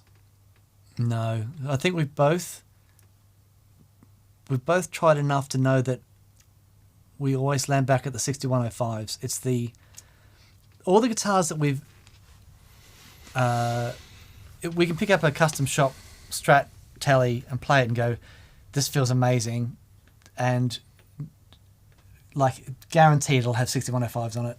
They just, for what we do and the feel of the guitars we like, that's the frets that we gravitate towards. It really depends how you play. So Dan and I are both, how should we say it, Dan? Slightly agricultural in our technique. There's nothing subtle or careful or considered about what me and Dan do, playing wise. Here's a generalisation. Normally when people come in on experience days, they tend to have lower actions and much easier playing guitars. And when Dan and I try and play those guitars, we struggle to get any sound out because we're so used to having to work a bit. Now, the thing for me with bigger frets is this Strat has 6100 jumbo frets, which Dan put them in red and it just didn't do anything for the sound of the guitar. This guitar sounds fab, so I've got no reason to change it. What I discovered about this is, and we'll use the 61 as an example, when the last owner, Simon, had it refretted, I think the frets that went in were slightly smaller than 6105, so they were closer to the vintage spec. Right. I thought the action wasn't high enough because I was really struggling to bend strings. And what I've discovered about my technique, or at least the way I play the guitar, let's not call it technique, is I need to get under the string. And that distance that the fret gives you, the height of the fret off the fretboard. So interesting. On a low fret, I just can't because I have too much flesh in contact with the fingerboard. Yeah. So the string has got to sit off a bit more. Now that creates a whole other bunch of problems like intonation and all the rest, and it does change the sound of the guitar. But I can only play when there's a bit of height on those frets, and it took going through these two Strats to really understand that. And but as soon as you got those frets on there, you're like, revelation.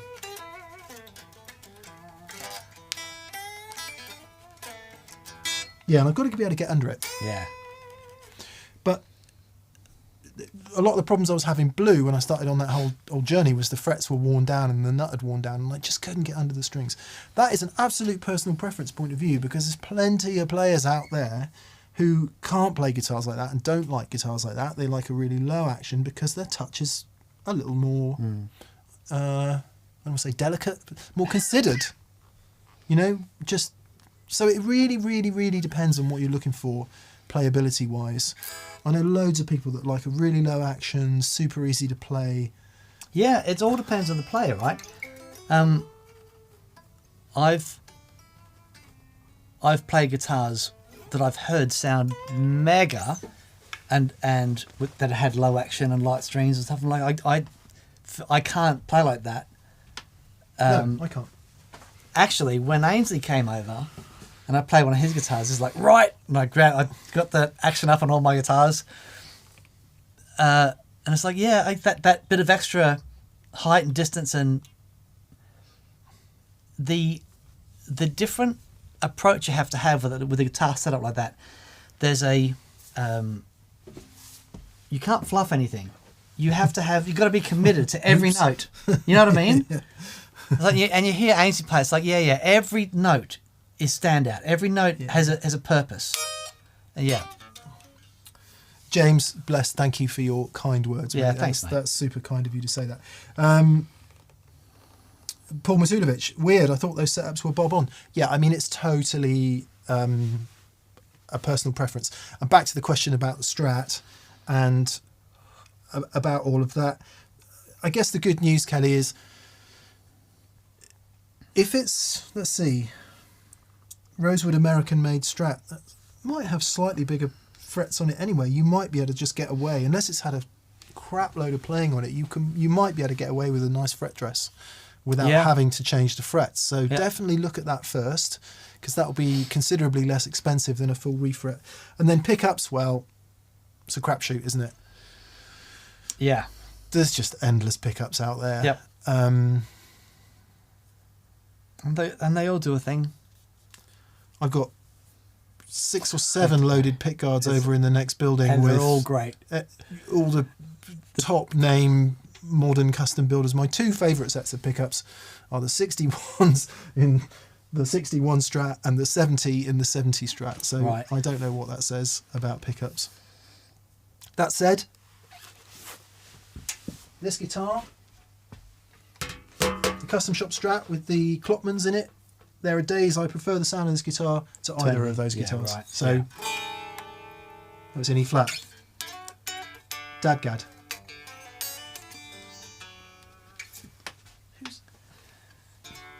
Who put it in Dadgad? Somebody put it in. We had an experience day with one of the players only played in Dadgad, so I'm sure he would have retuned that guitar to that.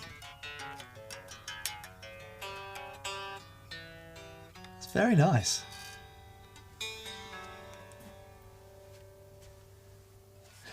It's beautiful. Yeah. Moon says I hit way too hard with my right hand for low action, and we're the same. Yeah, we're just dig in a bit, but it's one of the reasons why there's lots of different fret choices and that you can set up the guitar in a particular way, because there's no wrong way to do it. Good luck with it, Kenny. I mean, Yeah, good luck, mate. Good fun doing that sort of going through the process. Raf Freitas. Hello, Raf. Nice to hear from you. Hello, friends. It's been a while. I'm putting together an acoustic rig for small gigs, and your acoustic shows have always been very insightful. Is the AER still king? I'm using K&K Pure Minis. Thank you. It's wonderful. I used it. Yes, I didn't actually end up playing in the open mic, but I did all the pre-set up stuff with the PA and everything, and played when no one was there. And I sent down a text just saying my guitar sounds amazing today, which wasn't an ego comment. It was just, I love the sound of this guitar with the K&K Pure Mini into the AER, DI out into the PA. It's just, what I love about the Pure Mini is that it's passive. It doesn't rely on an undersaddle pickup. It's 3 sensors under the bridge, as you know. And what that means is the amount of headroom and dynamic in it is colossal. So in an undersaddle piezo pickup, or piezo as you sometimes say in the US, I find that the dynamic range in those things is very limited, right? Because they're already compressed to hell by the time you hear it. So the undersaddle sensors, and especially if there's not a huge preamp in there doing a massive amplification job, it just I mean, no pickup ever sounds like an acoustic guitar, let's not kid ourselves that. But it does, for me anyway, puts me just a step closer, right, to what the dynamic acoustic sound experience is going to be. I have a Collings CJ35. It's a not scalloped, stiffly braced guitar. It is a cannon. Yeah. But it does have an amazing dynamic range, and you can play softly and you can play really loud, and that rig reproduces that. The AER, there's so many other options out there. Fishman Loudbox. I think the Laney A1 series, if they still do it, is excellent. Shirtler makes some amazing acoustic guitar amps. Who else am I thinking of? LR Bags maybe did one. They're all great. What I love about the AER, I've got the Compact 60 version 3. It's got basically no controls on it. Really? The channel I use has got a contour switch for whether you want it middly or not middly. It's got a gain switch for whether you want high or low gain. And it does have a 3-band EQ, but there's no parametric. Right, you can't take a frequency out. No, there's no, because normally on an acoustic amp you'd want a parametric mid. Right. There's no fancy notch filters. There's none of that. It's just got none of it. And yet I can plug in, bish bash bosh. No external preamp required, which a lot of people think you do sometimes need with the K&K, but not into the AER. And it's just, it always sounds mega. Yeah. So, sorry, long-winded answer of saying, having used that for getting on for 10 years now, more than 10 years, haven't played all the very latest stuff, so there's that. But I plugged it in yesterday, and I'm like, there's nothing else I want to try. Yeah, right. This just, it's amazing. This sounds right. We need to get yours plugged in and have a listen. Yeah. Yeah, I mean, I've had that guitar for nearly a year now and haven't done a gig on it. That's crazy. Okay, we need to change that. I think I've probably done more gigs on my Collings acoustic guitar than I have on any of those new Strats. Yeah, Not I mean, blue, it but was my, my weekly gig with Doug. For years and years, but this guitar was post post gig, that. Which is kind of a shame because I would have loved to have played that guitar in that gig. And as a matter of fact, I have considered just grabbing Doug and doing a couple more of those duos just locally, just so I can play that guitar. Nice. Not tell anyone about it, just turn up and do it. Just do it. Yeah. It sounded like a trio, Dan. Great. Let's do it. I'm up for it. I'll play the xylophone. Actually, imagine that. Just the Collings and the Kincaid, Doug. Pretty good. It'd be amazing.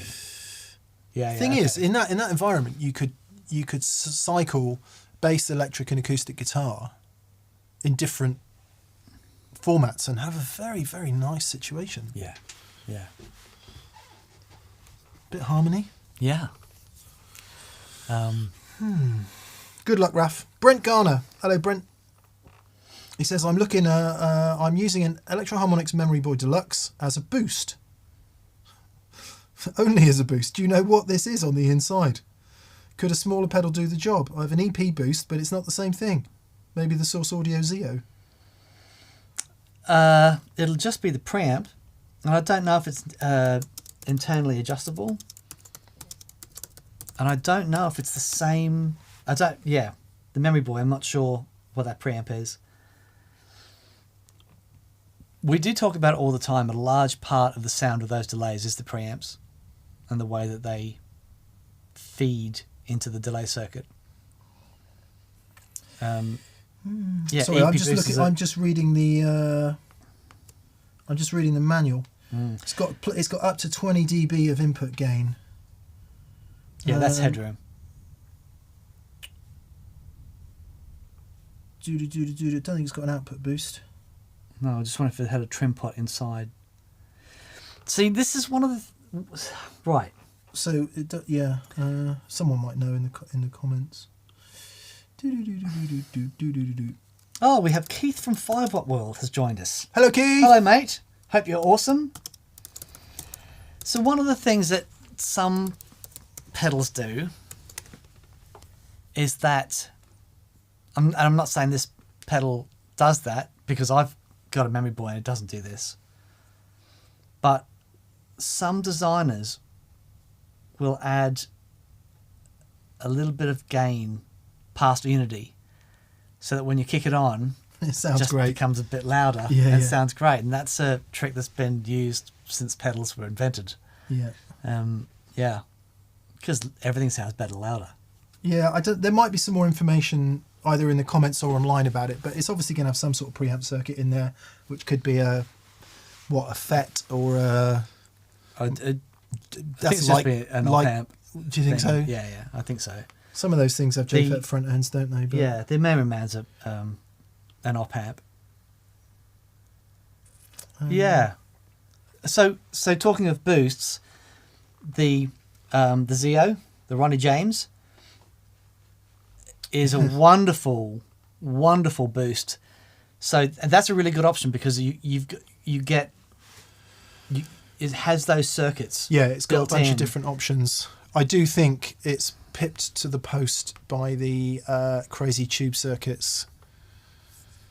Whatever we did on NPD last week. It's amazing. Collider. Is it called the Collider? No. I keep forgetting what it's called.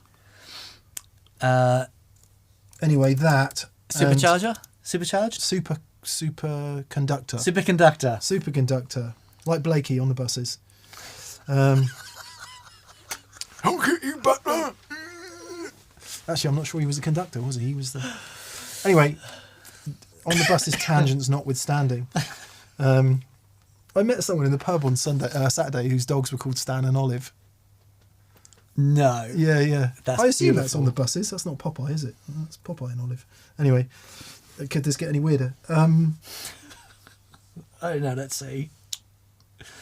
Yeah, so maybe the thing you've got with the EP is, even though it's got those internal dip switches, it's not adjustable for EQ in a very easy way, and it might be that the memory boy is doing something specific to that EQ that you like, or indeed generating the boost in a different way. So would totally suggest the superconductor from Crazy Tube Circuits. The Zio is excellent, and for absolutely unhinged, awesome, knock your guts out boost, the Thorpe Heavy Water. Yeah. It's a beast. Yeah. But sometimes what I like about the Zio is specifically those tape preamps. And Source Audio have done an amazing job of that. One thing that I really like doing is with because I'm using pedals in loops and a switcher, if I have a really clean digital delay, I'll put a preamp like that in the loop pre the delay. And I used to do it with my timeline. And it's just adds this quality to it, which is, how we started getting onto how important that preamp is to the sound of the delay. But yeah, having the EFI booster on in the loop, the timeline's an old trick to do. Yeah, to get Great it in sounding there. thing. Yep. Good luck. Good luck, mate. Good luck with the boosty. It is lovely, a boosty. Sub Rosa. Hello, Sub Rosa. The Frankenstein reverb made me think. Friday's show, Dan built a Frankenstein reverb. Made me think of the Belt and Brick reverb pedals. Do you have any experience with or thoughts on these reverb types, e.g. the Caroline Effects Meteor? Oh, no. I've had to Google this, so we'll say thanks to Wolf with an E. What is a Belt and Brick reverb? Please enlighten us. In 2007, Brian Neuneiber, or New Neighbour, of New Neighbour, patented a spring reverb in a module. Solder a few parts to it and you have a competent reverb that rivals the sound you get from electromechanical spring reverb. Right. In a Fender amp, the Belt and Brick is not the module's real name. It's called the AccuBell BTDR Digilog and sells for about $15. Interestingly, Brian hasn't used the Belt and Brick in any of his own New Neighbour pedals. Interesting. So there you go. It's a module which enables, I guess, anyone who wants to make one do it. Cool. Yep. So it's a bit of circuitry, and then there are other famous ones that end up in digital reverb pedals. I wonder if that's... PT2399, etc. Yeah, right. Interesting. James Bless says, this show has the best tangents. Thank you, mate. Thanks, James. No, never tried it, Sub Rosa. Never. I don't know if we have any reverb pedals that use that particular chip. No, I don't think so. We might do, or we may not. Yeah. Don't know. Yeah, that's have a look. Worthy of an excursion, isn't it? Yeah. In fact, we do need to get some Caroline Effects on the show. Yes, indeed. Justin Baylog again. Hello, Justin. He said, Dan, Paul Reed Smith discovering the awe-inspiring power of the gig rig was the coolest thing ever. Couldn't be happier for you. Thank you, mate. Thank you, buddy. Actually, we were supposed to be sorting him one out, weren't we? Oh, yeah. Oh, he's on the list. Is he? For anyone who didn't see it, he gave us the SE, Silver Sky SE on the show, which is supremely generous of him. So in return, we were going to give him a G3 as a kind of a pseudo trade. Yeah, trade. There we go. Yeah.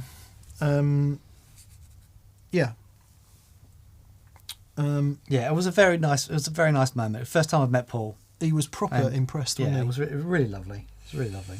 And what was interesting, the reason he was impressed, save your blushes, Dan, is because obviously he spent months and months and months chaining pedals together and listening to them chained together, and the effects that has, in the same way that when Dan decided he wanted to make something like G2 or the Pro 8 or Pro 14, which was his first product, he had the same experience. You know, when you chain these pedals together, you get a bunch of problems. So what Paul experienced here, sat here that day, plugging all these pedals together, he could not get over the audio clarity, headroom, fidelity of it because he hadn't experienced it before. And as someone for whom that penny has dropped pretty heavily, it was a trip to watch it drop for him. Yeah. Because he got it, because he's been listening with those crazy ears that he has. Yeah. Yeah. No, so thank you for noticing that, Justin. Yeah, thank you, mate. I appreciate it. We don't give Dan enough big ups on TPS, so there's one for you, mate. Thank you. Tom Bromby, what are your views about different cab types when miking up for a live gig? Is speaker choice more important? Do you retain bass coupling? Does a 112 sound the same as a 2 or a 412 when close mic'd? Says Tom Bromby. In my experience, no. They are different. How do I explain it?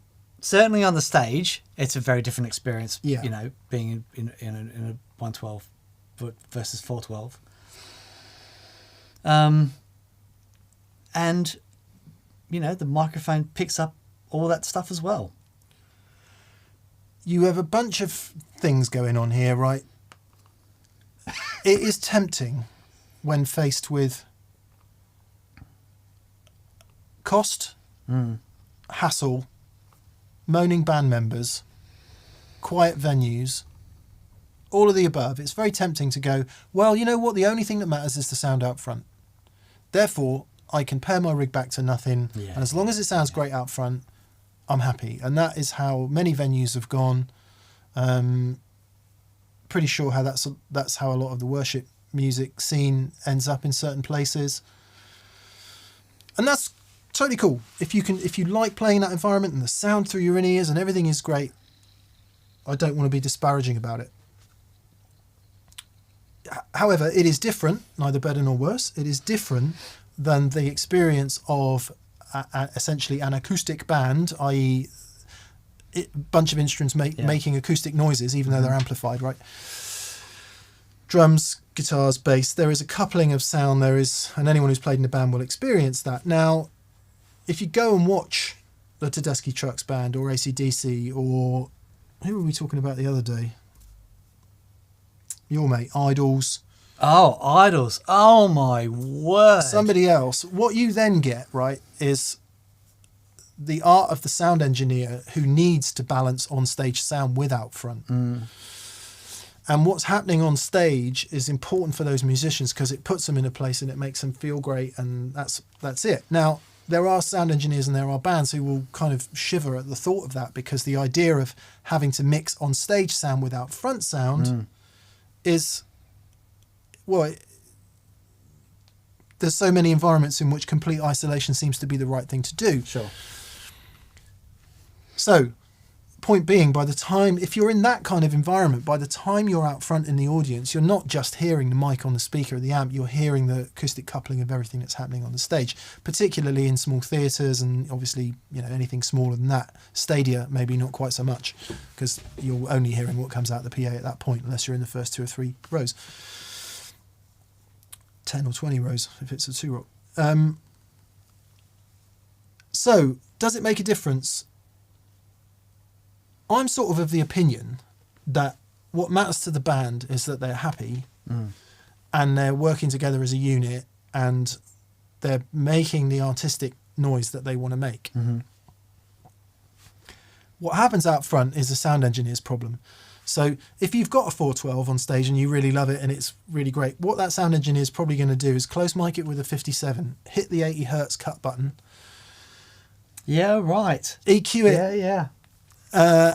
As they would normally EQ a guitar amp. And then turn it off, basically. So, no, you're probably not hearing the resonance of that cab down the mic because the engineer has done what they need to do to make it work in the mix out front. So the on-stage sound and, you know, what you need as a performer is not necessarily what's happening front of house. Sure. And there's a great deal of annoyance and misunderstanding about all of that. So, So, what are you? World touring, multi-million selling artist who requires on their sound to be absolutely bang on stage? Do what you like. and you've probably got a sound engineer who's very happy to work with you on that. Flip side of that coin, wedding gig Saturday night, one of those weird silent down things which uses noise cancelling so you can't hear the noise off the dance floor and you've got to be silent on stage. Right. It's a different Yeah, absolutely. coconut of cocoa at that point, isn't it? So, yeah. Does a 1x12 sound the same as a 2 or a 412 when close mic'd? No. If you do it in a room like this and you stick the mic a sensible distance away and it's a certain kind of mic. In a venue with a 57 on it, with the 80 hertz button on the desk. We're pretty close. Yeah, I'm not sure. Yeah. You're probably hearing a bigger difference in speaker type than you are cabinet type at that point. Sure. So, sorry for the long answer, Tom, but... yeah. I think as long as you're happy on stage and you're inspired, then great. And if you can get that from a 112, I mean, I did loads of gigs with just my J20. That was it. Cranked. And in certain rooms, certain smaller rooms, it was perfect. If I was playing a large room, I needed that and the AC30, or the AC30 and the AC10, or the, matchless and blah, blah, blah. So, I think it's venue dependent as well. Yeah, it is. Yeah, good luck, mate. DM says, band happy? It isn't about us guitarists. Yes, no, it is. it's about the whole band. It's about making a noise as a unit. Yeah. And however that plays out, that might mean loud guitar, it might mean quiet guitar, might mean somewhere in between. But yeah, no, it's about a bunch of humans trying to make a musical noise together. Thankfully, in all the bands I play in, that means loud guitars. But what's your favourite Hall reverb pedal under 250, says Josh Wheeler? Hall reverb. What's the... TC Electronic Hall of Fame 2. Yep, that's really great. The Meris Mercury 7. I don't know if that's not under 250. You don't think? It's 400 okay. quid. Okay. That's where my head's I at. think I could be. Hang on, I could be talking complete cobbler there. Let's have a look. 349. Oh, okay. It is hard to go past the Hall of Fame too. A couple of things I love about that pedal. It does sound great. The mash switch on it is fantastic. I love that. You can also get into the, what are they called? The stuff that we went to TC and did. The tone prints. Yeah. And there's some really great tone prints available for it as well. So that's, for the money, that's really hard to go past. Yeah, big fan of that. I don't know if the JHS 3 series has a Hall mode on it. I don't know. Everything I've played in the JHS 3 series sounds pretty good. And they're very affordable. What's that one there? That's the delay there, isn't it? Yeah. Yeah. Really hard to look past the TC Hall of Fame 2, not least that it's got the mash switch on it as well. So it's got a bit the of mash switch is unreal. Sort of built-in expression pedal control. Yeah, so very cool. Yeah, go with that, I reckon. Kirby Anderson. Hello, Kirby. Hey, Kirby. Greetings, Legends. How do you both narrow down pedal selections and not feel heartbroken owning great gear that currently isn't in use on a board? It's a great question. You just got to let it go. So when we do TPS band gigs, it's always, we've got the things that are always going to go on there. Like whether it's I'm always going to have a treble booster on there. I'm always going to have my analog band Fuzz on there.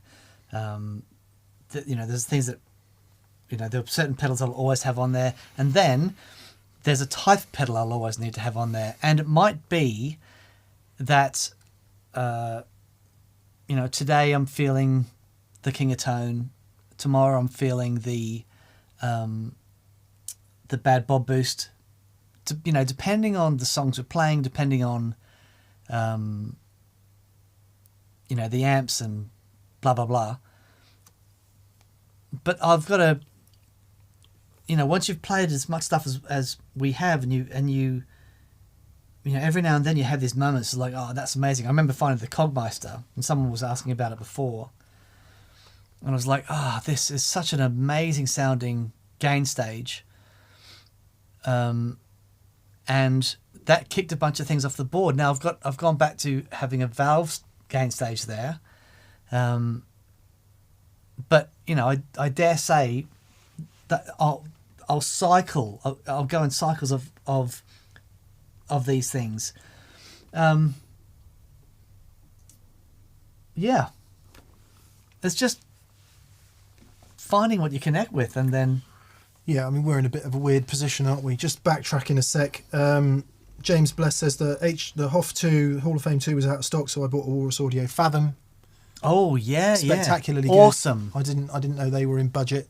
And a few other people saying Jordan Howell, David Scott, Thomas Schrantz, and Bruce Mitchell all saying that the JHS 3 series has a Hall reverb that is just a Hall reverb. Right. So we've liked everything they've done in that series. So. Could well be worth the look. We're in terms of having stuff that you don't use. Dan and I are in a ridiculous position, right? We have a YouTube channel that's about getting sounds out of gear and showing people, enabling you to hear certain stuff that you might not have heard before and discuss it and all of that. So we have an insane collection of stuff because we're idiots. And we've been doing it a long time. And it's become this thing. If we didn't do this, we wouldn't have all this stuff, would we? We'd have got rid of 60, 70, 80, maybe even 90% of it in my case. But so having all this stuff here, I don't think you have the same connection with it that you would have if you'd kind of, I don't know, coveted it and achieved it after a long... I mean, definitely have that relationship with some stuff. But there's the stuff that you gravitate towards, and it's always, like he just said, a small collection of things. And honestly, I'm going to sound terribly grumpy at this point, but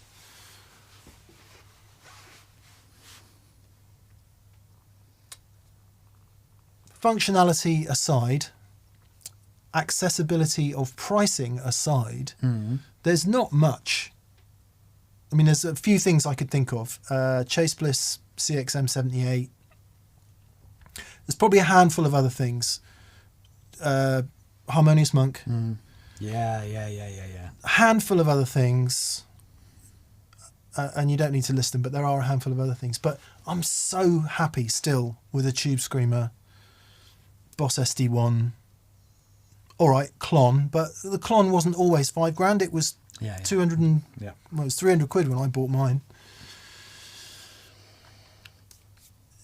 What am I saying? I'm saying you've got all this great stuff, but you tend to gravitate back to the stuff you love. And the stuff you love, for me, has always been relatively simple, CXM 78 notwithstanding. And to be fair, Free the Tone Future Factory. But I don't think they're necessarily about sonics. The CXM is definitely about sonics. Yep. The rest of it's about UI.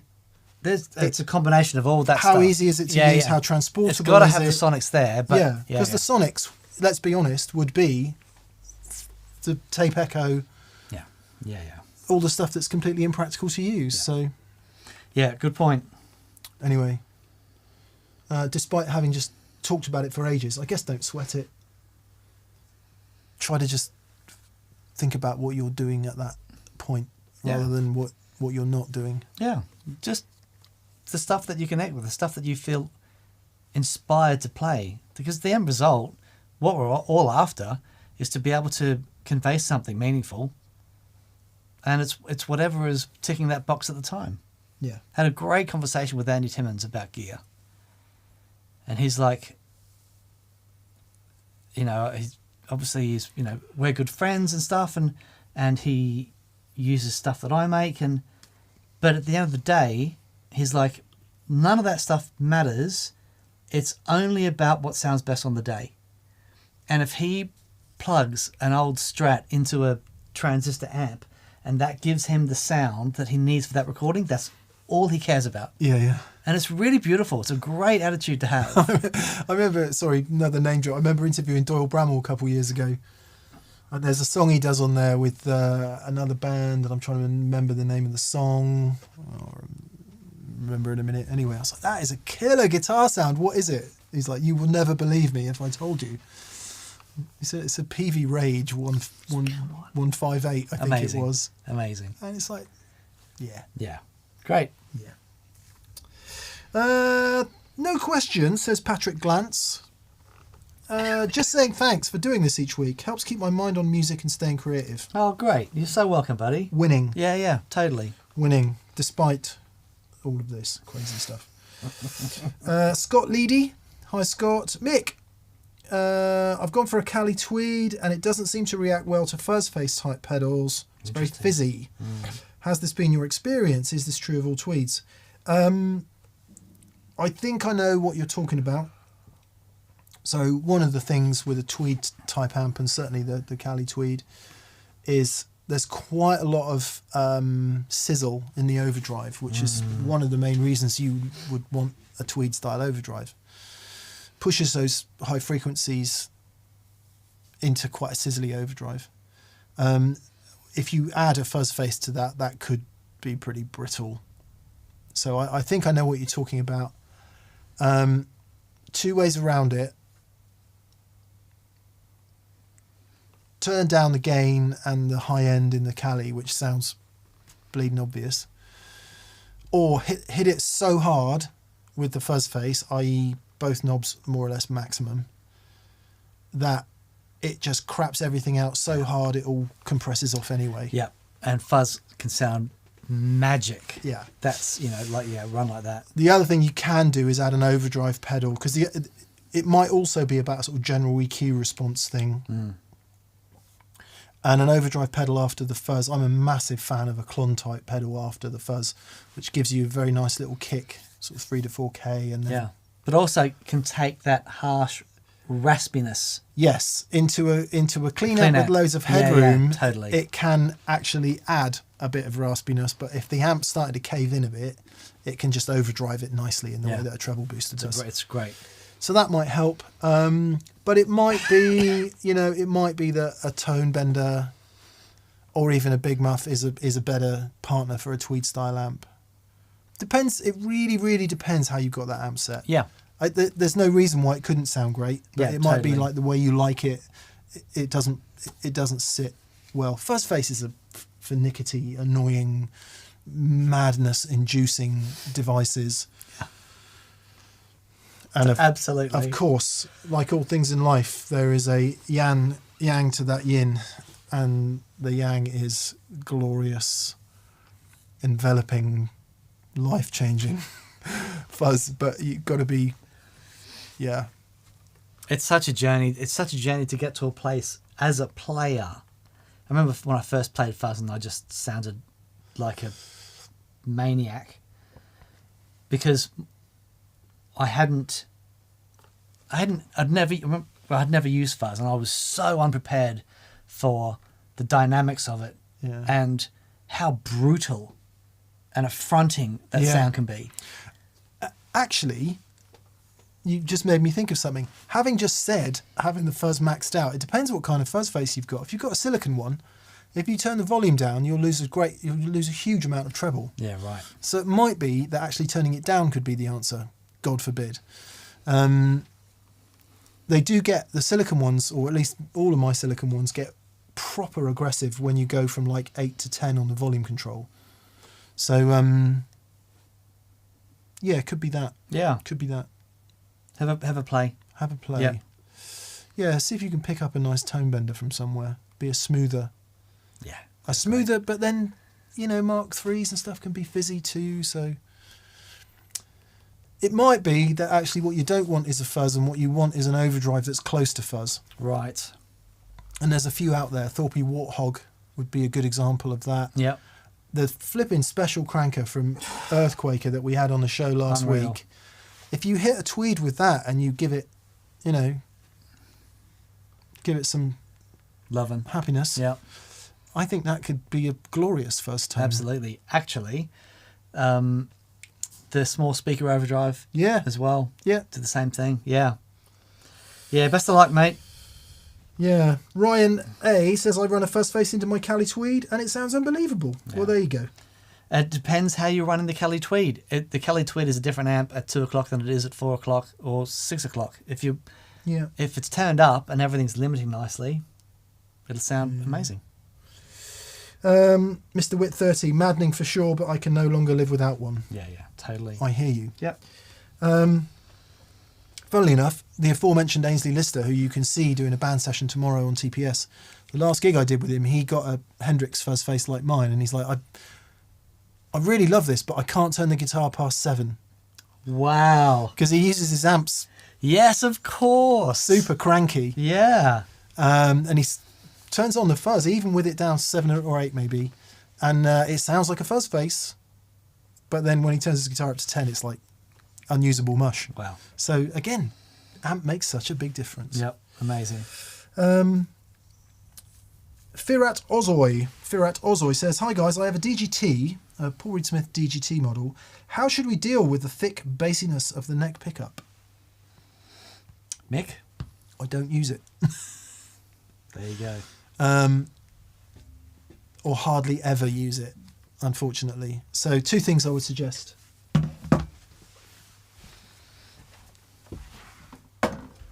One,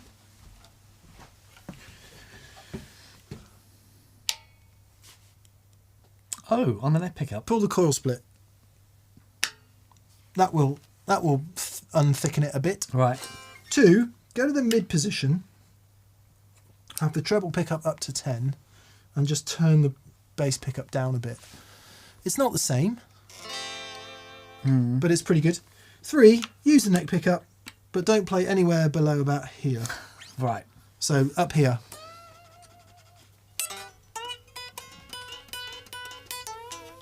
And it sounds really nice up there. Get those sort of fluty lead tones in the way that PRS, Paul himself really likes.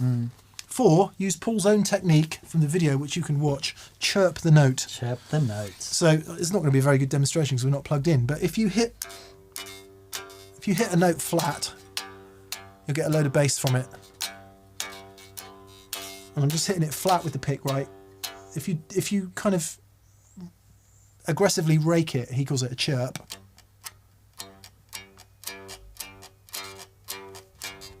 It can take out a bit of bass when it's amplified. You're not really hearing it there, but he's also doing the almost a bit of pick harmonics almost. Just a bit of hair. harmonic.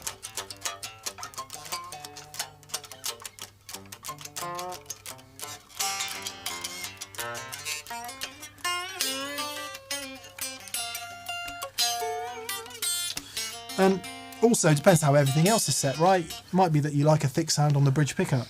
Yeah, right. In which case, when you go to the neck, that was a musical demonstration of Forget It.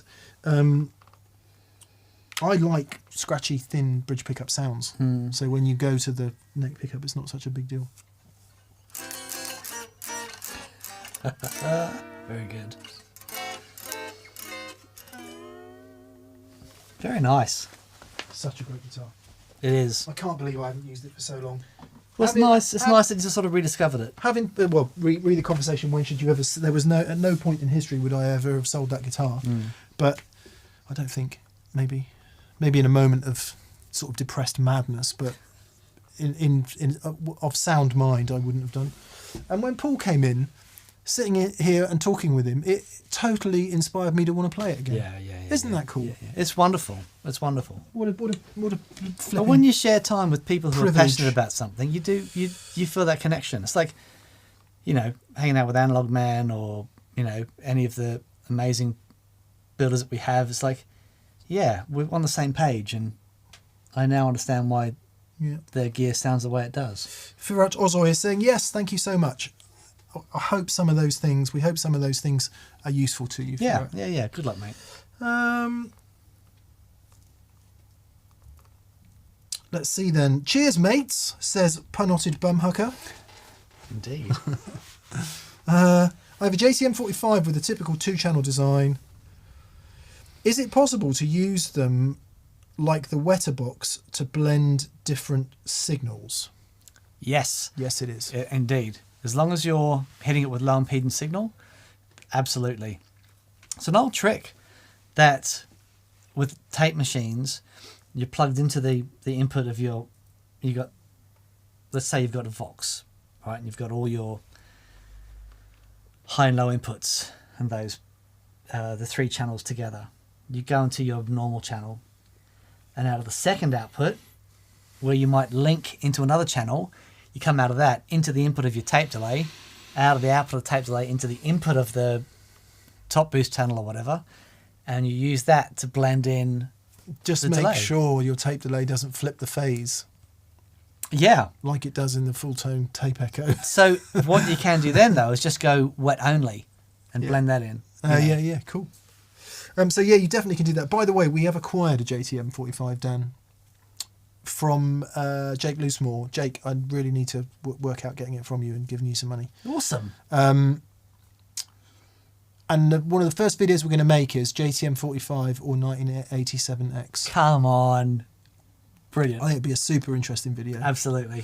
Yeah. Wonderful. Yeah, it's a head, by the way, not a combo. Anyway. So yeah, you can totally do that, and it's a lovely thing to do. We always run our 4-input amps or Marshalls anyway. Linked. I do with the Basement as well, just because I don't know. More is more. More is more. David Tompkins, I want a 112 for guitar and bass duty. Would a high wattage neodymium speaker be okay for guitar? It's a 50-watt carve-in tube amp. Yeah, I think it would. Quite often, if we've got a bass player in and there's no bass cab, I'll either use this Mesa 212 with the EVs or the I've got a 112 EV. Oh, it's down there.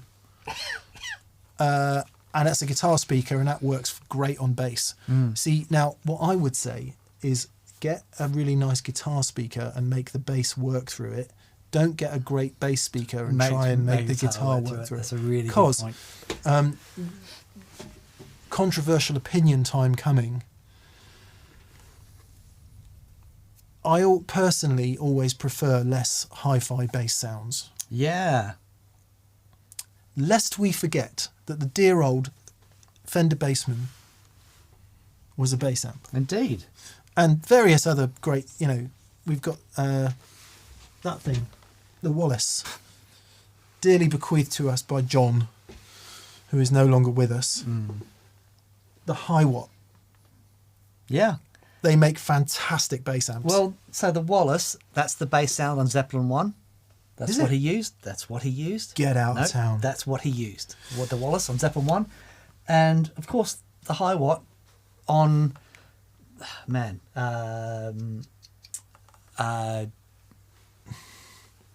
Tony Levin. No, that's that. John... Entwistle. Oh, right. Did he not have a bass Hi-Watts. version? That's what they had in Yeah, the day. that's That's what all they they had. Okay. Think of the Yes and Chris Squire and Marshalls. Yeah. Rickenbacker into a 100-watt Marshall, Yeah, baby. well, there we go. Marshall Super Bass, one of Joe Bonamassa's favourite Marshalls. Amazing. We're assuming you probably don't play at that volume. Therefore, a nice high-powered guitar cab, whether Neo or ceramic, as long as the speaker's got some wattage in it, is going to be fine. And on the end of I rather suspect on the clean channel, you could get a pretty decent sound out of the carve-in. Is it a Bel Air by any chance? I had one of those. Really like that amp. The Carvin had some fantastic amps. The X100B. Oh, get on. Unbelievable. So yeah, I think that would work. I would, David. Unless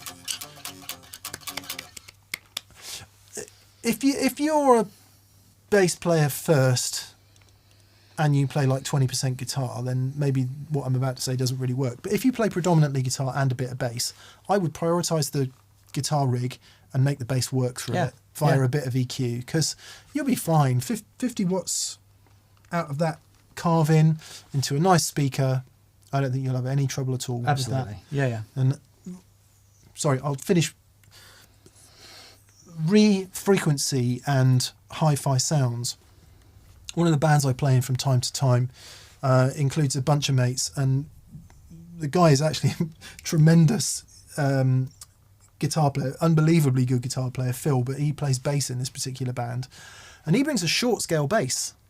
Oh, nice. Because it's easy to carry, but I'm not missing any bottom end. Yeah. In fact, quite the opposite. There's more of it. You know, it's the kind of stuff that sometimes you would EQ out when you're mixing. But so yeah, which is all to say, passionately prioritize the guitar sound, make the bass work, and I think you'll be happier than trying to do it the other way around. Yeah, great. Fair enough.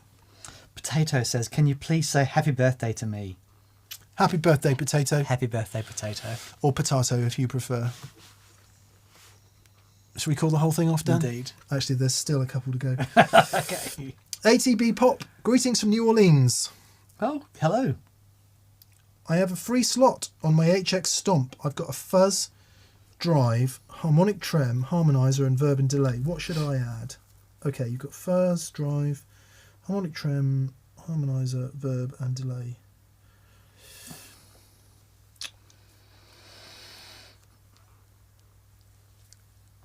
Right, your options are another overdrive. Mm-hmm. Never a bad idea. Never a bad idea. Or a boost. Yep. Got a flanger on there? Yeah, modulation. Modulation. I think is the most obvious Yeah. hole we've got going on here. But you could put a really cool wild card on there, such as an envelope filter. Or what about an octave? Or about a ring modulator? I mean, it might be that all this stuff is in the HX Stomp. So what would you want to add to the HX Stomp then? Something analog that it doesn't do. Sure. Great. Flanger? Flanger. Flanger. Grab an elastic mattress. Give that a go. I'm going to go with, I'm in the mood for it today, Dan. I'm going to go with envelope filter. Oh, nice. Yeah. Yeah. And What's that song? What is it? Edie Brickell? Oh, yeah. What I Want. What I Am. And the solo in Is that that. Edie Brickell? No, that's not that. Yeah, but that's the right song. Is it? If you got that song right, but it's not Edie Brickell, I'm going to be stunned. Yeah, but the envelope filter solo in that is glorious. What I Am. What I am. There you go. It is Edie Brickell. I thought I'd made a terrible... Oh, she was... Anyway, you'll stop there.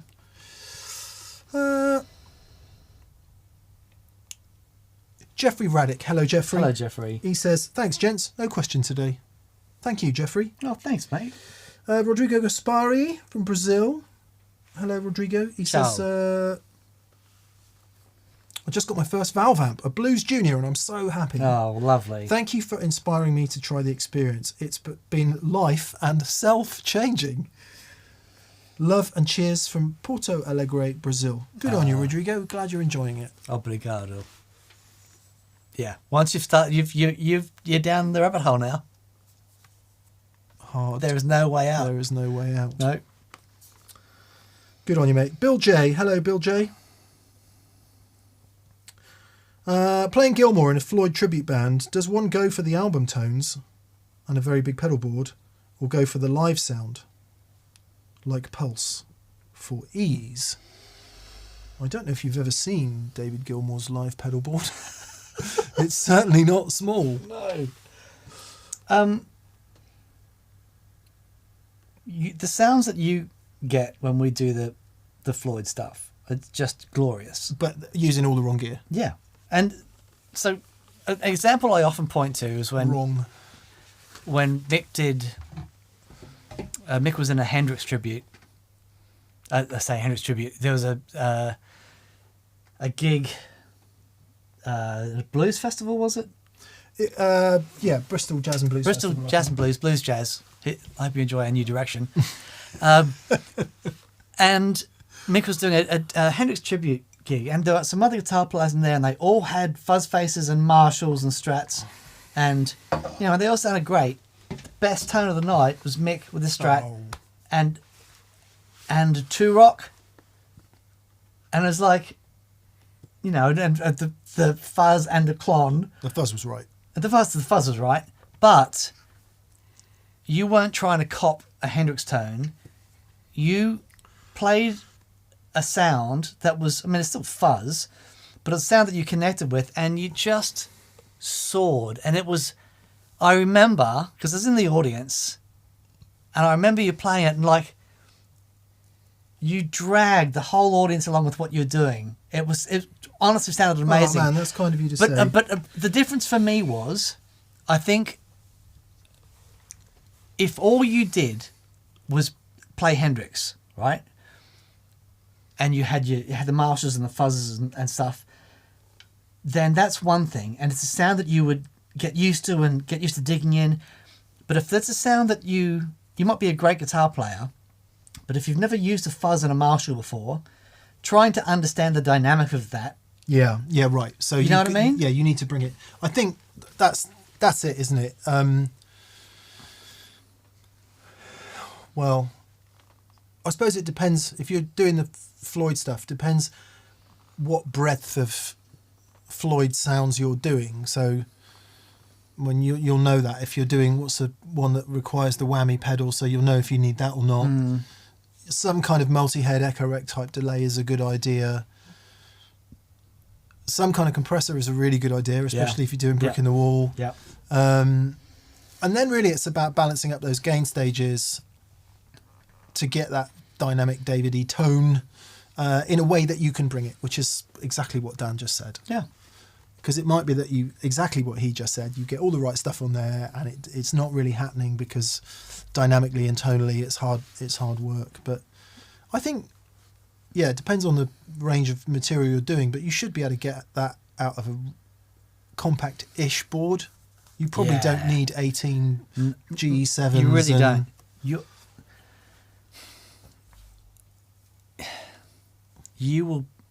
Your time and energy will be much better spent with that stuff.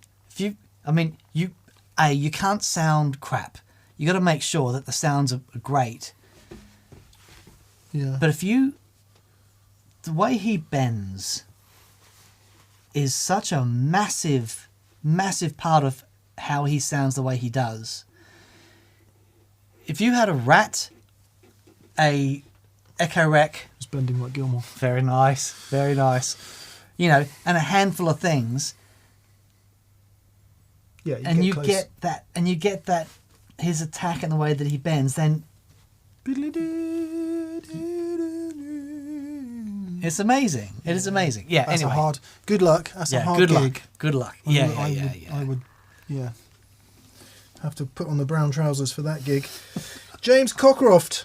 Edie Brickell is my first cousin once removed. Oh, no way. My dad's cousin. We've never What met. does once removed mean? It's his dad's cousin.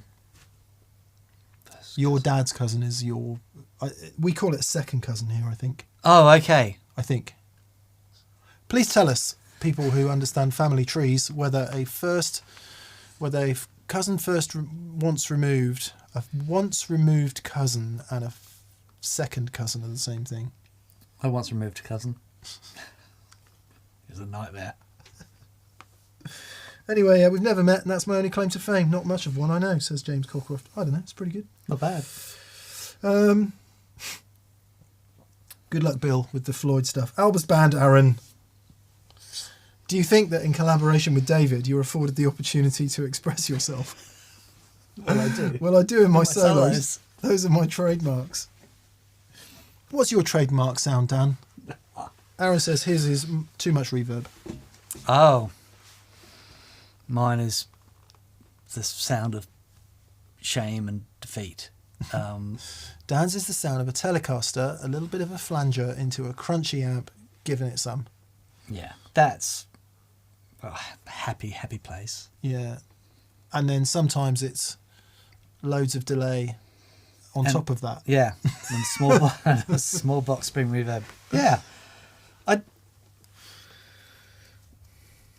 As long as there's a telly at the helm, and there's something about a really amazing sounding flanger that I put that on, and then I think because of the way that the notch filter works on that sound, even with loads of delay and reverb, it still pokes. There's something about it that still you still get the transients. Yeah, it's me in a very happy place. Trademark sound for me would be some sort of Fender derived amp. Again, too much reverb, some sort of mid boosty overdrive, and a Strat on the neck pickup for 25% of the time, and then on the bridge pickup with added overdrive for the rest of the time. I think for me, your bridge pickup Strat tones, because I hear a lot of people on doing the neck thing, and it's really great. When I hear you do your bridge pickup Strat tones, it's like, it's amazing. Yeah. It's funny, in here I probably spend much more time, or a great deal of time, not on the bridge pickup, but at a gig I'm on the bridge pickup like most of the time, I would say, apart from those few bits that require the neck, or they might require 2 and 4. But generally it's bridge pickup, isn't it? That's what gets you heard. Your cousin's child is once removed to you. Your child is second cousin to your cousin's child. I'm just no idea what that means. Yeah. Yeah. Okay, thank you for the clarification. Brilliant. Matt Scott. Oh, Gabe Nathion. We don't have a question from you, Gabe. Let's see if there is. I like at the moment we have 808 people watching us. 808. Nice. Like that? It's good. Yes, a very nice drum machine and a good overdrive pedal. 808. Oh, yeah. Was it a drum machine or was it? Yeah, it was a... Roland. Yeah, the 808. Yeah. Actually, to be fair, I think used very widely. Good. No, Gabe, no question from you, so sorry if we've missed you. Matt Scott. Hello, Matt. I record guitar amps in my bedroom with a Sennheiser E906 and a Neumann TLM 103 going into an Apollo 8. If you had this setup, would you use this or the UAD aux or UAD amps in pedals? What's your take? Okay. I've seen people get amazing results with the aux, and we've used it, we've loved it, we've both recorded songs with it. It's great. Matter of fact, I just done the build that I did with Phil Manzanera. The aux is central to his rig. Because he has to have quiet stage volume. He does. It's really interesting. He's got a Pro Junior on stage and it only gets turned on for the guitar solos. All right, but he uses a Grossman ISO cab off stage. The Thanks, BB. The aux is for attenuation. Anyway. Sorry, when you said they only turn the amp on for the guitar solos, I just tuned out. Like, fair enough. What's wrong with the world?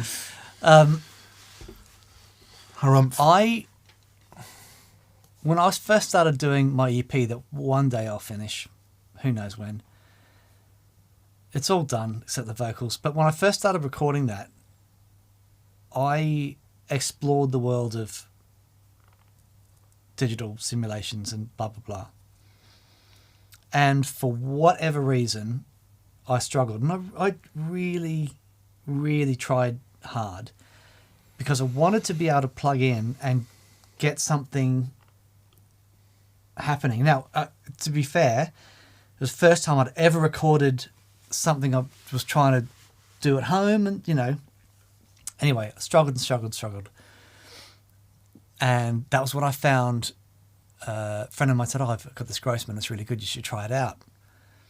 And because I remember calling Mick after days and days of trying all these different things, and I'm just saying I'm really finding it hard to get a sound, and maybe it's just because recorded guitar sounds don't sound that good, I had no idea. Anyway, I got this Grossman cab, I plugged it in, I just had a SM57 right in the front of it, into the Apollo, and it was next door, so I wasn't getting the cab resonance and stuff. I was just hearing the sound of the microphone on the speaker coming through the monitors. 2 minutes. Yeah. 2 minutes, and I'm like, this is... and the 2 minutes was the time it took me to plug the microphone in. What I would add to that, Matt, is I think when you're using a microphone in a room, there's a couple of things that are really important about that. One is how loud the guitar amp is versus what the room is doing. So if the guitar is loudish, there are going to be all kind, and it depends how you've got it mic'd, right? If the 906 is right on the speaker, then the room makes a bit of difference, but not a huge amount.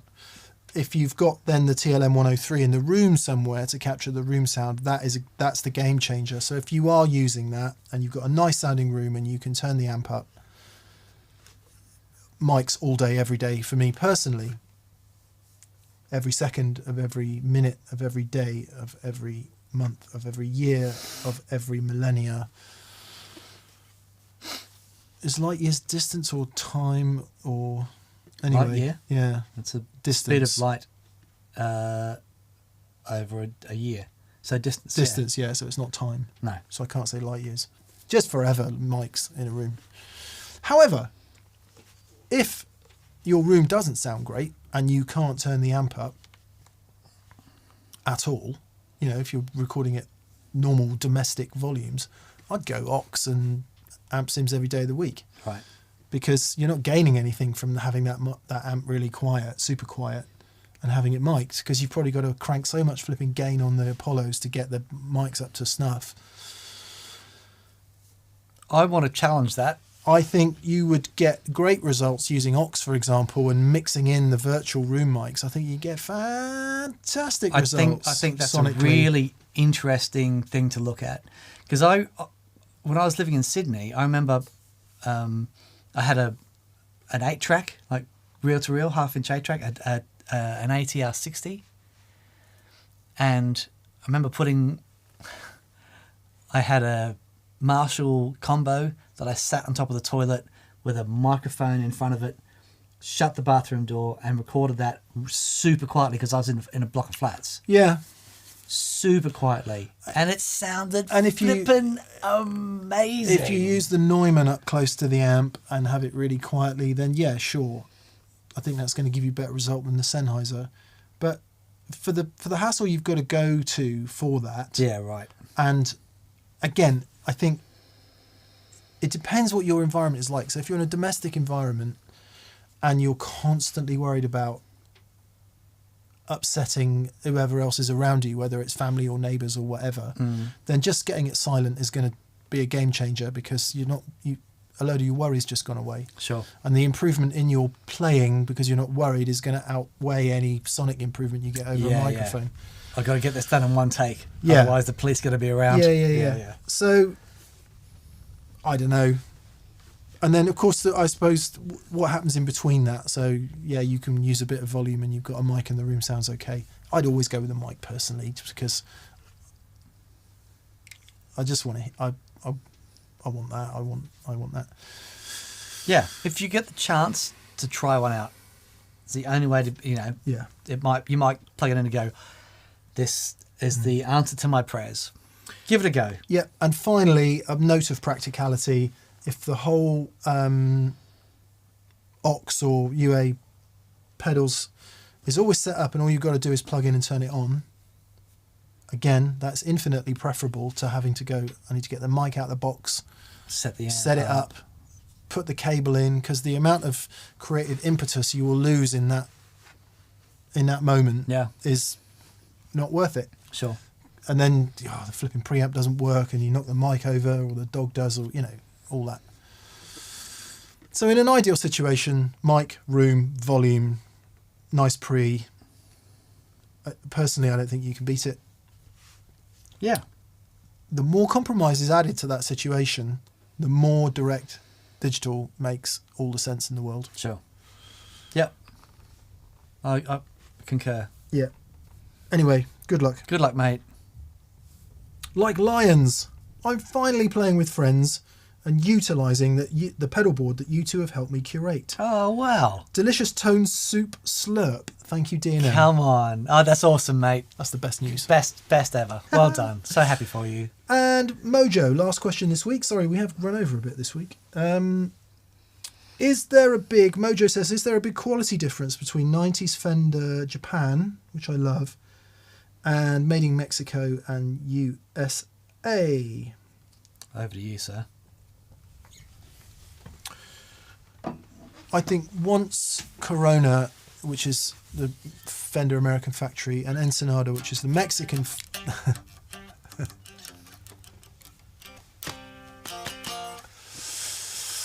Be alone a Corona Christmas for you. We were going to put that out as a Christmas single and decided it would be probably not very funny.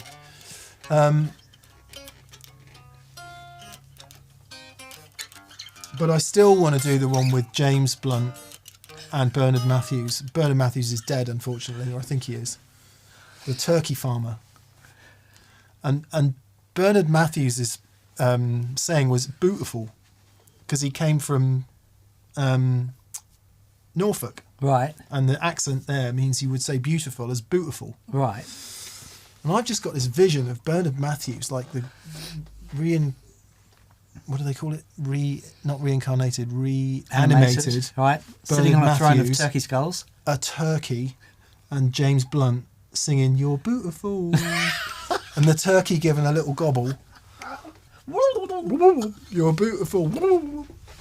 And I actually think that could be Christmas number one, right. No problem. Brilliant. Yeah. So brilliant. Bernard, if you can hear us from beyond the grave, get up here. I think once Corona, the American facility and Ensenada got underway, I'm not sure you could really say there was a huge quality difference between any of them. Was there competition between them? No. No, all right. No. Well, between Japan and Corona and Ensenada, maybe, because the business operation was a bit different for a minute. The Japanese guitars always had an immense reputation, right, for quality. Sure. Because why? I don't know if it was Fujigen they were made in to begin with, or whether it was a different... Anyway, wherever they were made, was fully modern manufacturing facility, and everything was measured and machines, and they were and are great. And I think when they set Ensenada up, it was done in the same way. And, there's a whole load of... Oh, God, I don't want to get political about it, but, there's a whole load of views on whether a guitar made in Mexico was ever going to be any good. Well, that's just cobblers. Yeah. I've owned a number of Mexican Fenders and they've been great. Make it on a CNC machine. What you're down to then is the consistency of materials, and that is a crapshoot. So I don't know. I've played Mexican, American and Japanese Fenders that have been fantastically well made, and others that have an issue or two from all facilities. So I don't know. There are people who are very emotionally attached to the Japanese ones, especially. Certainly, the finishes always seem pretty excellent. So yeah, I don't know. It would be hard to say as a blanket statement. Yeah. Certainly, everything they are all doing now is crazy good. Yeah. Crazy good for the money, I think.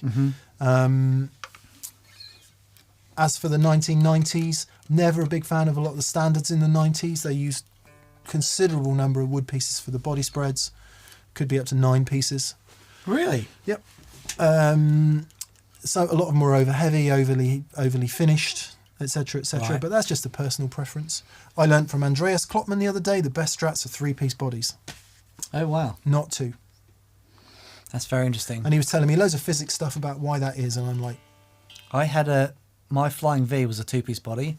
Dave Gregory's Flying V was a 3-piece body, made in the same month in 1981.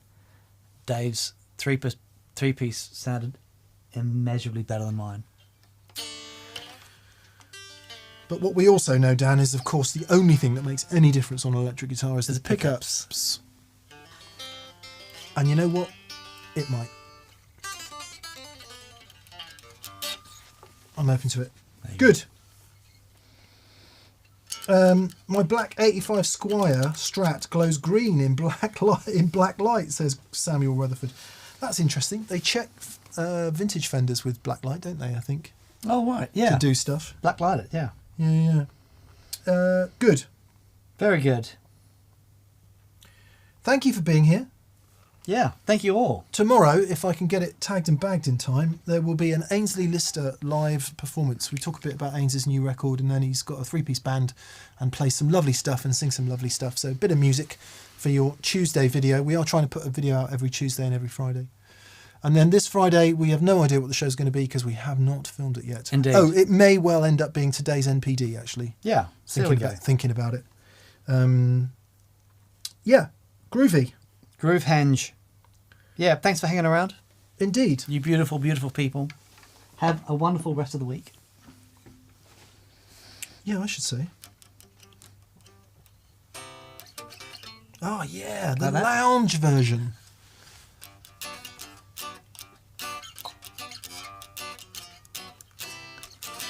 It gets no better than that.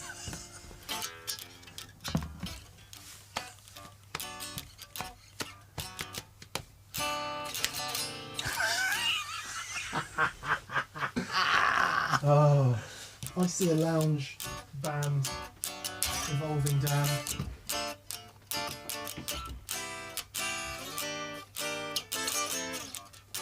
See you next week, folks.